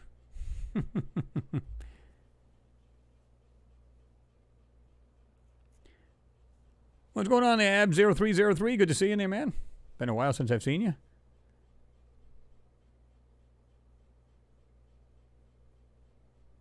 Fernando Nieto. I'm not sure if I'm pronouncing that correctly. Forgive me. Chris, perhaps have you noticed that there are a lot of hexagonal shapes and many of the photos showing garbage and rest? Yeah, I mean, there's a lot of that, and a lot of times people see a lot of numbers too, right? And of course, some are blatant, and some of them are like, you kind of look at it and say, why is this letter here? Or, in fact, you guys picked up on a couple, something letters and numbers or something in the last video, I think it was. It was one of the 2 that we had done, right? Look at this mess. Not sure what that is. Got that little piece there with a small round piece on there. Oh, yeah. Yeah, I just don't believe these rock things, man. You know, once you've seen these photos and what they're hiding in them, and that a lot of these areas are transparent. In other words, I can look at, let's see if we can find one here. Like a lot of times you see something in the background, like this line here. It's very faint and goes right into this white and yellow area. Look at this. Looks like it comes in the back. Wait a minute. This is supposed to be the background. And this is a hill or a mountain or a butte or whatever in front of the background. And yet this is going from there into this one. Okay. So that's telling me this is like fabricated trash. Look at this right here. Something's right there. And they just put this line right here in front of it just to block it out. Something right here. Again, look at the different colors here. It's like they'll blur something and then they'll put like another layer of manipulation on it to really, really hammer it home where you can block out the details. And that's what it's all about. You can see that. I mean, what camera takes a photo like that? I can see that. It's not like I'm going, well, that's because I'm so zoomed in and it's a compression artifact. Okay, I can still zoom out and see that. Well, since when have colors of ground be square? It's like it's all squared off different color. Yeah, I don't understand that. Don't get it at all. There's something right there. It's like half round. See that? Got this white piece right there. Actually, looks like it's a lighter piece. Goes over here, and to this almost tannish white piece right here. See, that's very faint, but it kind of circles around into this area. And you get this half round piece, and it's 1, 2, like 3 finger type thing coming off of it. 1, 2, 3. Got this candy cane. No, I'm just kidding. It looks like that piece right there.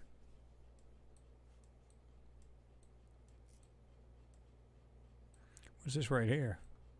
Some kind of weird carving or something right there. See that?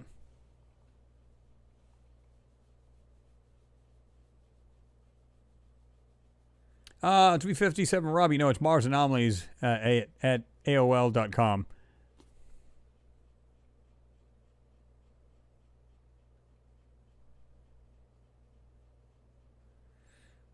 Oh yeah, Miss Haird. Yeah, you said NASA totally mocking us with their photos. Oh yeah, I mean, you know that. But I like the idea. Like I said, it's like a crackjack box. You never know what you're gonna find in it, right? There's times where I've gotten into moon photos and I'm looking at it, I'm not gonna see anything of any value here. Then do whatever you can to see if there's anything in it, and all of a sudden, boom, you're like, what is that? I think the most astounding one I've ever seen was 2. One, it looked like this long, it looked like the storage. I'm gonna say like something like a container left on the moon. And then there was one that looked like you can see a crater going up. It was gradual. It wasn't like steep, but it was gradual. And it looked like there's a craft or something laying on it. And like I said, one of the videos I'd done, and I think it's on my Lunar Anomalies and Beyond, there's one that has, like I said, it's like a tube shape, like storage, craft or something like that, just laying on the surface. And you actually see it in the whited out photo, but you don't see it at first until you enhance it, bring it out. Then you see it. Once you go back to the original, you can still see it. Really, really odd, man. And, just seeing that stuff and thinking, wow, these crafts are there on the moon. Wow. I can only imagine what these guys seeing, these Apollo mission guys. And it's not just Apollo 11, right? So these guys must have been, what is going on here? Some would be able to handle it going, hey, yeah, I want to see that all day long. And some of them are just like, they're freaked out. And I don't blame them.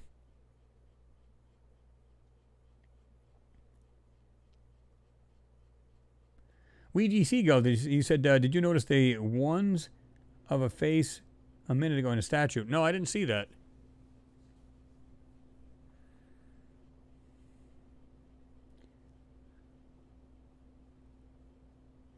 Custom tailored one, you're right about that. You said it's like some objects are left on purpose. I'm sorry, for us to see. Yeah, I totally agree. Because people have asked me that. Oh, so why is it that they'll block out all of it but just leave some of it? Great question, and I think it's slow disclosure to get everybody desensitized to the fact that there's life other places, and if they ever get bagged, and like I said, the only thing we're going to say is, well, told you so. They've been lying all along, and then you'll leave it at that. And then you'd be like, okay, now show us the real photos. The uncensored. But I think that would actually freak us out. Because some of the things I've seen on the moon photos were like wild as heck. Just like, wow, if I was there, that would probably scare the living crap right out of me. Cord, you said the vertical lines happen because of the color decoding. The camera has dots of different colors on it. Each dot can see only one color. They have to decode color on photos for such cameras. Well, and I totally get that, but you can see some of it's intentionally put there. Because I've seen many a times where, let's suppose right here in the middle of the screen, we got this kind of goldish color, and then we got this grayish, slightly bluish, call it what you will. You can see it's squared, okay? I can understand like sporadic different colors. I get that, like different pixels. It's like scattered all over the place. But these are intentionally, look at this. Here's a perfect example. Like this. Boom, boom, boom, boom. Now, you're right about the decoding. I get that. But I've seen multiple times where, let's say there's an object sitting right in this gold area, and they'll put like, not only is it blurred, but you have this color over it as well. And you see a lack of detail, period. There is no detail at all. Completely wiped off of it. So that to me is intentional. There's something right there that's round underground. It's intentional, and they're doing that. Now, like you said, aside from that, of what the camera will actually do, yeah, there's much more going on in these photos than just that. It's just stuff I've seen over the course of time. This thing, what is that? Look at this thing right here. Although it's blurry, what is that? I'm just gonna go and real close because you guys are probably on the phones and stuff like that. Now we're just going to back out a little bit. What is this thing? Look at this. Look at the end of this right here. Okay.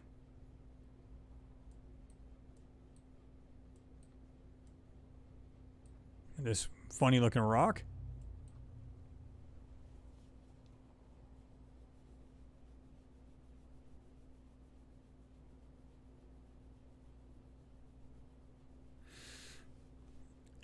James, you said, Chris, looks like a double picture, and I am Squint from NASA Blur, man. Yeah, exactly. I get the same way. I'm like, Jesus. That's why, like, if you're on the smaller ones, you know, like tablets or whatever, I'll do this real quick, and then we'll just back out and clear it up a little bit. And it seems like your eyes just really adjust, and it seems a whole lot clearer than when you first get into it. What's this thing on the ground here? Look at this. Martian snail. No. Not sure what that is coming up out of the ground. Something white right there, and then all of a sudden this blob of crap is right there. You never know what you're going to find in these photos. Yeah, this is real. Oh, yeah. And I'm the Pope. But what do you guys think, man? I mean, there's just so much in here to see, man. It's just... Look at this. Come on, that's sad.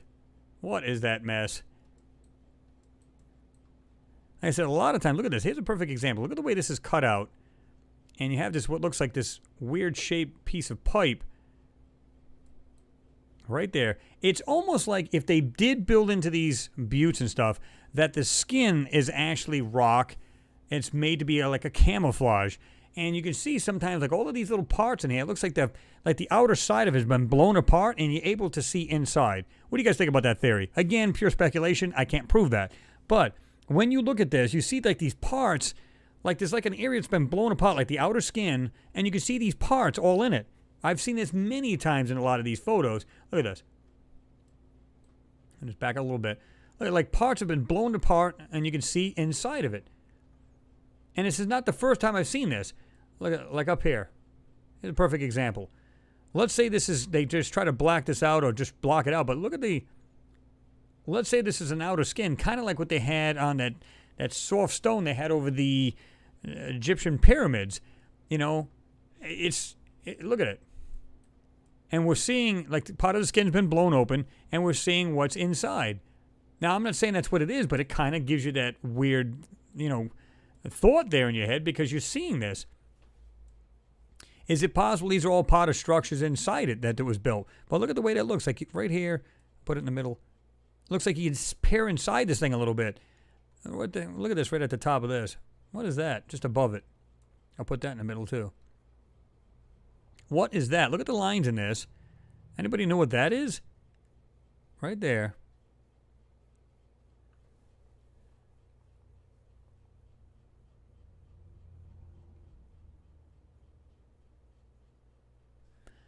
Yeah, James, absolutely. You said, let's be honest.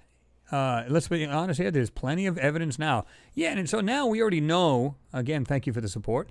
We already know that we see so much of this stuff in there. I had one guy say to me, okay, so now that you've seen this, now what? And then one person said to me, who cares? Who cares? Are you kidding me? We're peering into another civilization on another planet. Why would you not care? You know, to me, this is exciting. It's cool stuff to see. Yes, we already proved that this stuff has been manipulated. We've already proved that there's a civilization there, but we haven't seen it all. We haven't seen everything that they want to show us, basically. I use that term because basically that's what it comes down to. It's whatever they want you to see, right? See, like we can see like these things coming down. There's a space in here. And we can see these things coming down, almost like framework. I'm not saying that's what it is, but it has these. Why are you seeing this in this slotted part of this hill, and yet these things are coming down like that? It's almost like they're all coming down from top to bottom as opposed to just kind of like sideways and all kinds of other crap. And you just see it just like it's all coming down. Back out of it. Well, I backed out a little too far. See that? Yeah.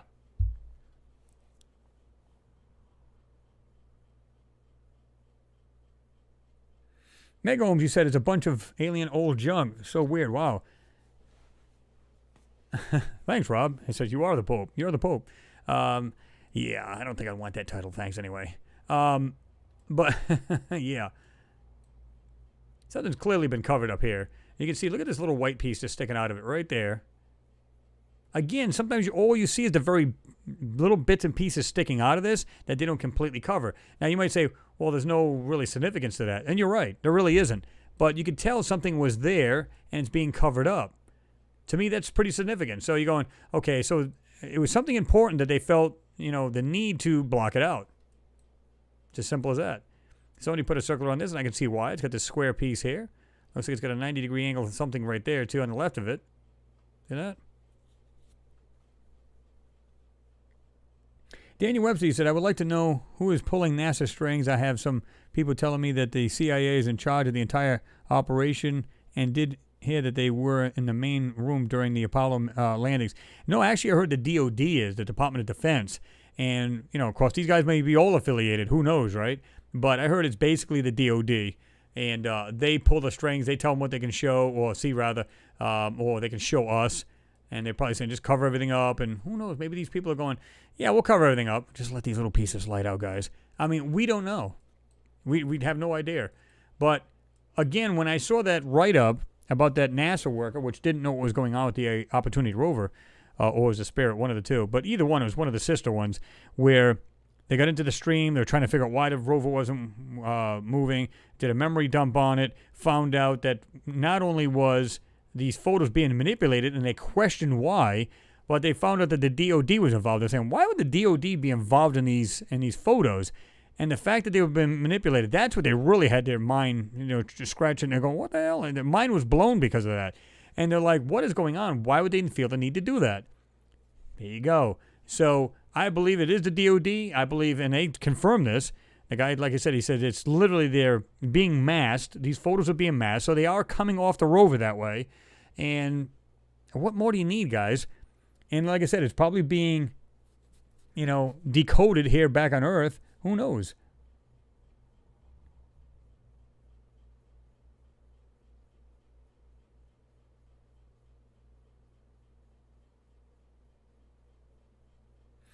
Photography, Light and Magic, he said, looks like a massive structure with its inside showing as the skin has decayed over the years. And that's what I'm saying. I kind of get that weird, like that perception too, because like I said, you can see all these hills, and I've done this before where it looks like the whole side of it has been blown to pieces. And who knows, maybe the magnetosphere wasn't that great to begin with, X amount of years ago, and they figured by building into rock or using some kind of, it's kind of like we have brick here, right? Let's say they can actually build and it makes it look natural. So one, it's camouflage, and two, it keeps them cool, keeps the radiation out, and yet they can still build very large structures inside. Maybe it's not just one structure, maybe it's many, or it's just one large one. Who knows? But what better way to, be safe from radiation is underground. Sand or gravel is a perfect insulator from it. Makes perfect sense. Tailor-made journey, said machine work. Yep.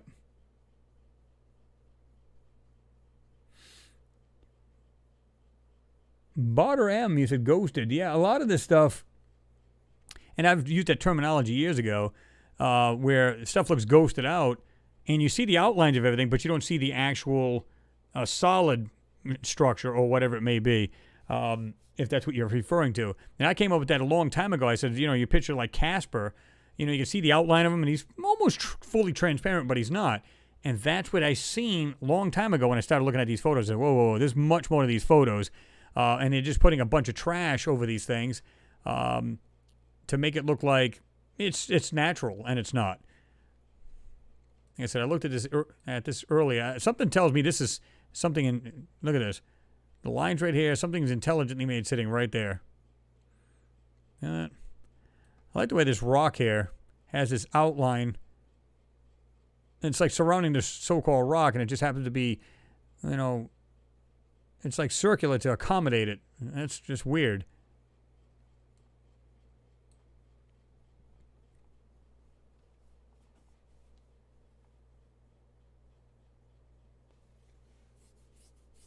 Yeah, James. I mean, it could very well be true. He said, of course, we don't know if there's still life underground up there. What do you think? It could very well be. I don't know why these inhabitants wouldn't attack the rover, and they could very well be. That's why the wheels look like trash, or whatever. I mean, I don't know. But something tells me that, there may not be any life on it. I'm not saying that there isn't. It could be that it could be very scarce or just hidden, and they're just not aware of it. Or if they do have a rover up there, think about this. Why would you send a rover up there if there's inhabitants? First thing you would think of is they're going to attack this thing and they're going to just literally rip it apart. Or the inhabitants that are there now have no way to protect themselves, or they couldn't, do anything to the rover. I don't know. What would you guys think about that? What would you, if you're sending a rover up there yourself knowing that there's still inhabitants, because clearly they must know if there is or not, what would you guys think? Would you say, man, should we take the chance even to send this thing up here? They might, really, just go after this thing and beat the crap out of it. Who knows, right? What they can do to it. Or they just feel, they're small. Maybe they are small little, inhabitants. They're not capable of doing anything. What are they going to do? Hit it with little stones, clink, and not do a thing to it, and they're just scared from it and just run away? Or there's no inhabitants at all? I don't know.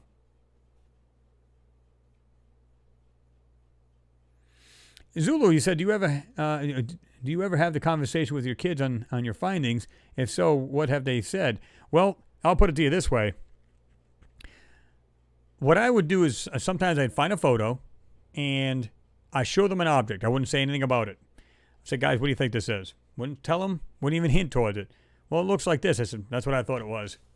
And they'll say, and they'll confirm what I'm seeing because I don't want to tell them anything. And I've done this, like I said, there was one that was from, what video was from that, oh man. Oh, let me see if I can, I'm going to draw a blank on it right now. But anyway, I showed my old boss this photo that I had, and I said, I got a photo for you to look at. I want you to check it out. I want you to tell me what you think. First thing you see, when you see it, what is your reaction? What do you think it is? And he kind of looked at me like, okay. And I said, listen, no, there is no right or wrong answer. And he goes, okay. So he's looking at it, and he kind of chuckled, and I told you guys the story. He chuckled, and he's like, if I had to guess, it looked like some kind of military jeep. I said, that's what I thought too. And I said, by the way, this is a photo from Mars. He said, what? I said, yeah, it's a photo from, man, it looks like some kind of weird military jeep on a landslide. That's exactly what I thought. Now, whether it was or not, this is two different people. He's not even into this stuff. He's a chiropractor. He's not even into this stuff. Now, and yet he was able to see the same thing I saw. And the same thing I've done with my kids, where I asked them, I said, what do you think of that? Well, it looks like this. I said, that's what I thought. I don't know.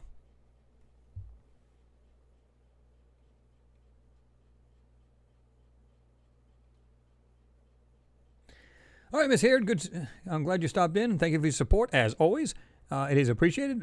Much love to you. And you said, I got to go, everyone. Time to cook supper. What are you having? Anything good? Be safe and blessed, and much love. Man, making me hungry by talking like that. I got stuff to... Oh, Kyle, more swamp gas? Oh, I hate it when that happens. But yeah, if you're taking off, Miss Haird, good to see you in there again. Frank, you said, what I would like to see is the IRR of Mars. All the cameras are capable. Yeah, they are. Absolutely infrared. You could do that. And I think a lot of times they do this in almost like a infrared / normal photo, where like you got the well, it'd be like an RGB, right? So like borderline infrared RGB, and that's why you get this weird spectrum, and you can see different things. I don't know.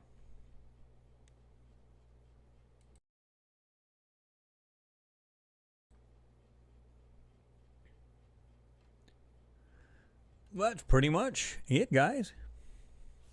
Let me see if we can answer some more questions here, too. Daniel, you said, when I see something that's been blocked out, it pisses me off because, behind this is something that cannot be explained at all. Exactly. And it's like, again, like I said, some people come here, they're totally skeptics, and I love the skeptics. I love it.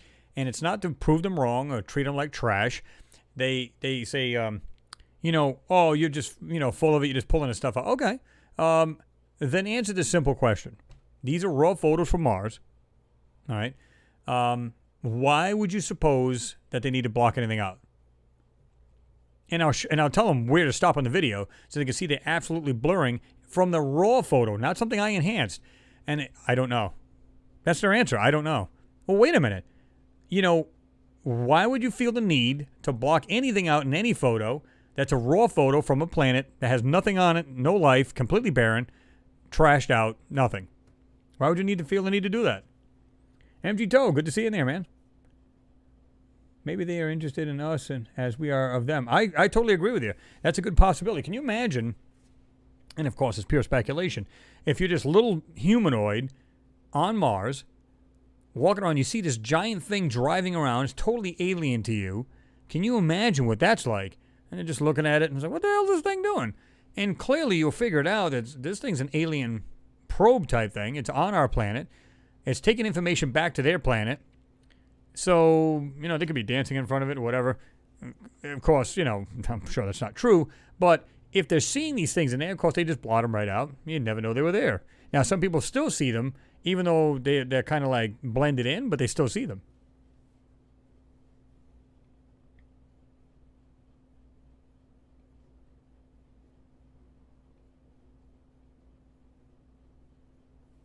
Josh D said, okay, I learned a lot this evening following this and other things.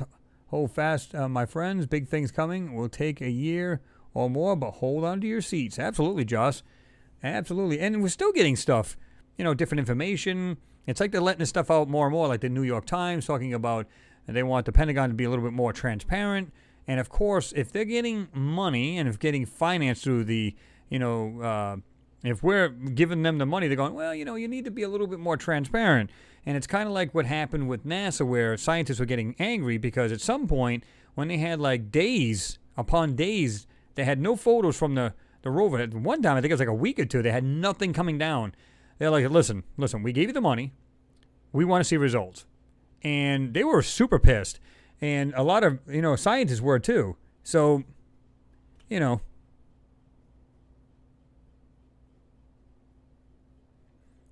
Yeah, when you draw a blank, sometimes, Kyle, it's not swamp gas, it's just a brain fart.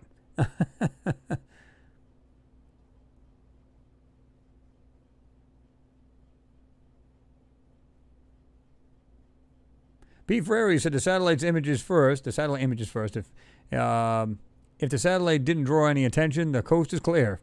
Pretty much, right?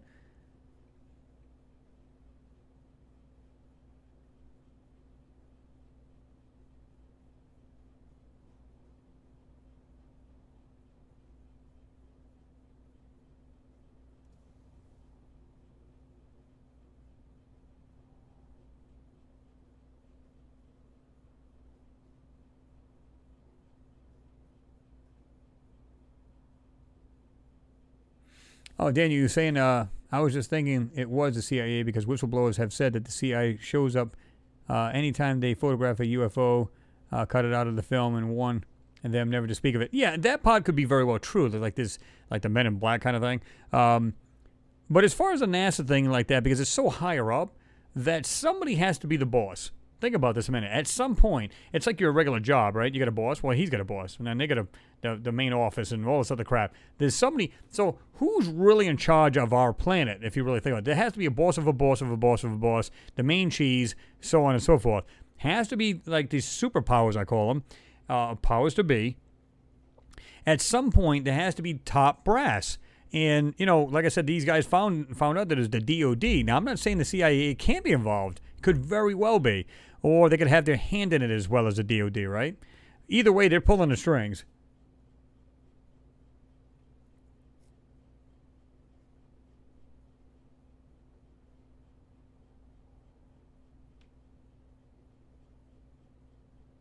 Yeah, Mars times absolutely. Infrared photos would be cool in the evening when the metal is hotter than the surroundings as it maintains its heat for a while. Absolutely. It would have to be like almost immediate to be able to do that, you know, just be getting towards dusk because think about it. If it has such a huge temperature swing, the stuff would cool instantly or pretty damn close, right? I would imagine if it's that extreme on the temperatures, right around evening time, it's got to get windy as hell because cold air is coming in, it's swirling around with the hot air. hot air rises, cool air takes its place, it gets windy, and then it stops at the end of the day. According to NASA, that's the way it goes. It's very hot during the day. It's extremely cold at night. You got to have turbulent wind somehow, every evening, every morning, because cold air is still there. Heat comes along, you get a little bit of a breeze. Afternoon, must be windy. So it'd have to be like a certain time to get that thing just perfect, right?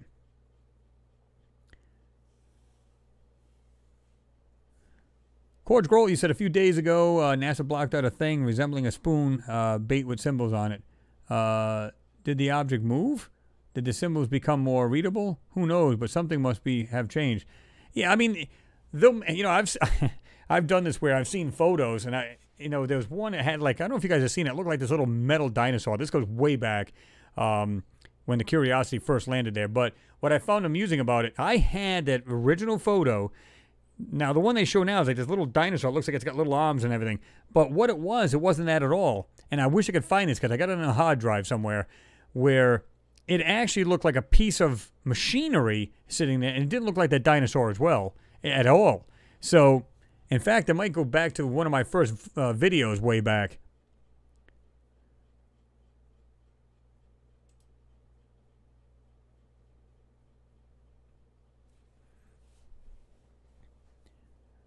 Let's see. All right, Phil. Appreciate you coming in there, man. You said thanks, everyone, for another great hangout with great people. Take care, everyone. Have a great weekend. See you all next week. Absolutely, man. Great bunch of people. Couldn't ask for any more. And we still got new people that joined us, so thank you very much for joining as well. And like I said, if you guys haven't subbed, go ahead and sub if you don't mind. Hit that notification bell as well so you get notified of the new videos. I always say that because a lot of people, sometimes they go, well, I didn't know you had a new one coming out. Oh, I never hit that notification bell next to it. Well, you got to do that in order to be able to get, notifications of new videos coming out. James, you said, Chris, they didn't stop going up. Oh, definitely not. Zulu, you said, how do all of these different countries that have been to the moon and Mars keep silence?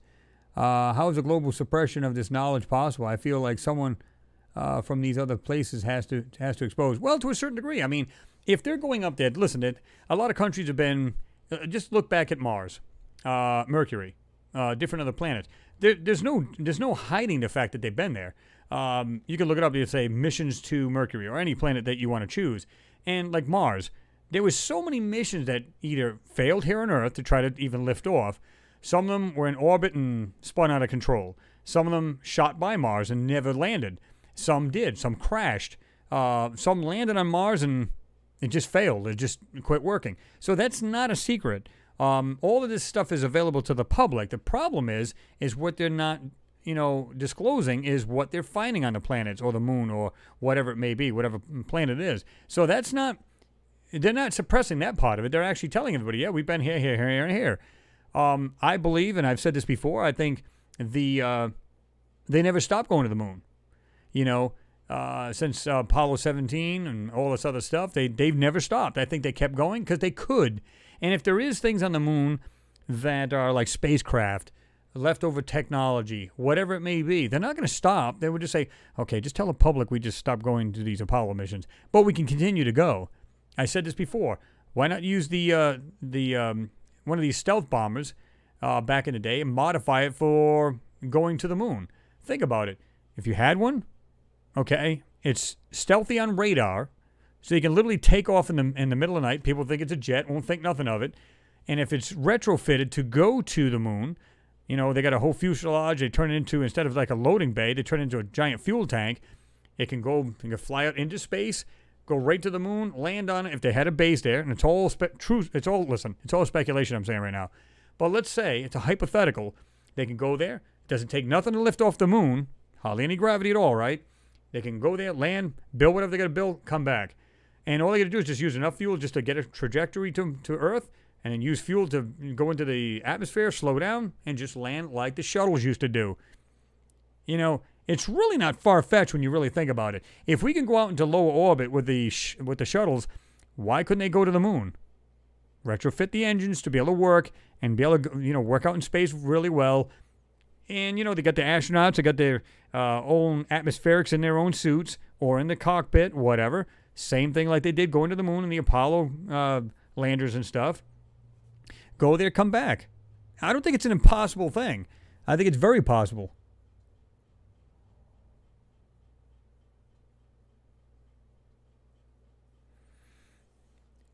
But yeah, guys, I'm going to jump off this.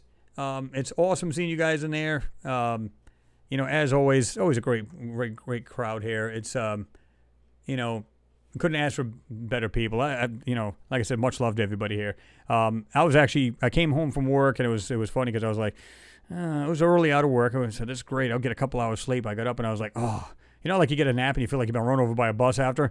But I got up. I said, oh man, I can't wait. Let's get some stuff together here for these guys. I want to talk about some topics here. So I put it together, and that was it.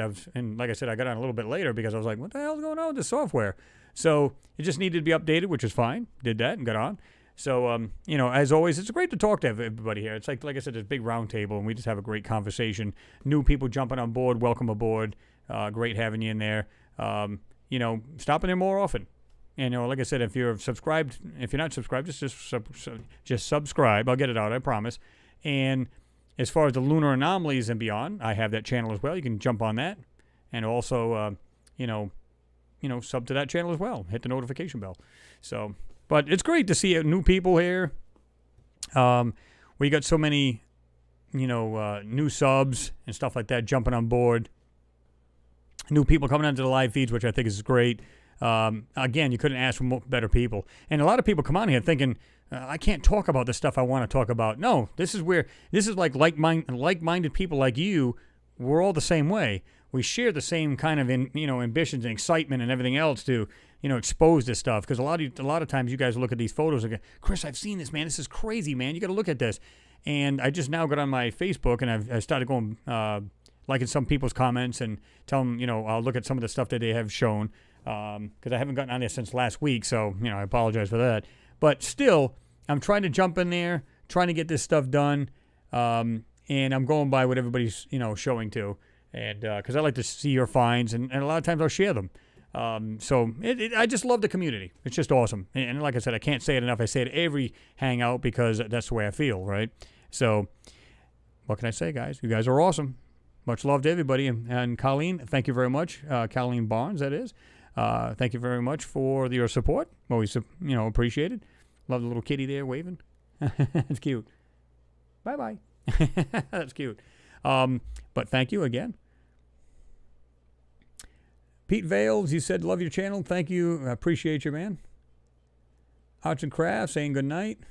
Elaine Walls is in there still. James Bang Bang. ABS 0303, good to see you in there again. Thanks for stopping in. James, Jesus, Chris, what a night. Oh, that's too funny. Anyway, guys, again, thanks for stopping in. Much support. You guys are awesome with that. Again, this channel is not a channel without you guys. You guys know that. Absolutely love you guys. Like I said, great community. And what can I say? But like I said, guys, watch out for the next 2 videos coming up. We're going to try to get those up on maybe Monday and Tuesday. And they won't be super long, you know, maybe 10, 15 minutes long tops. So we'll get those out for you guys, something new. That's why I said anybody who hasn't jumped on the Lunar Anomalies and beyond, make sure you sub to that. This way you'll be able to see them too. But anyway, guys, everybody be safe. Wear a mask when you can. I know you don't like to wear them. They suck. I agree. But wear them when you can. We definitely want to have this stuff drop down. Get rid of this thing. I don't know about you guys. I'm so over this crap. Let's just get rid of it. Wear it. You know, yeah, I know you don't want to, but just do it. Be safe. You don't want to spread it to your family and everything else. Who the heck wants to do that? And why have everybody miserable or something even worse happen, right? But just be safe. Everybody have a great weekend. And just, you know, enjoy the weekend. Hope it's good. Everybody stays healthy. And we'll see you guys all in the next videos there, right? Anyway, guys, have a good one. Peace to everybody. We'll see you soon.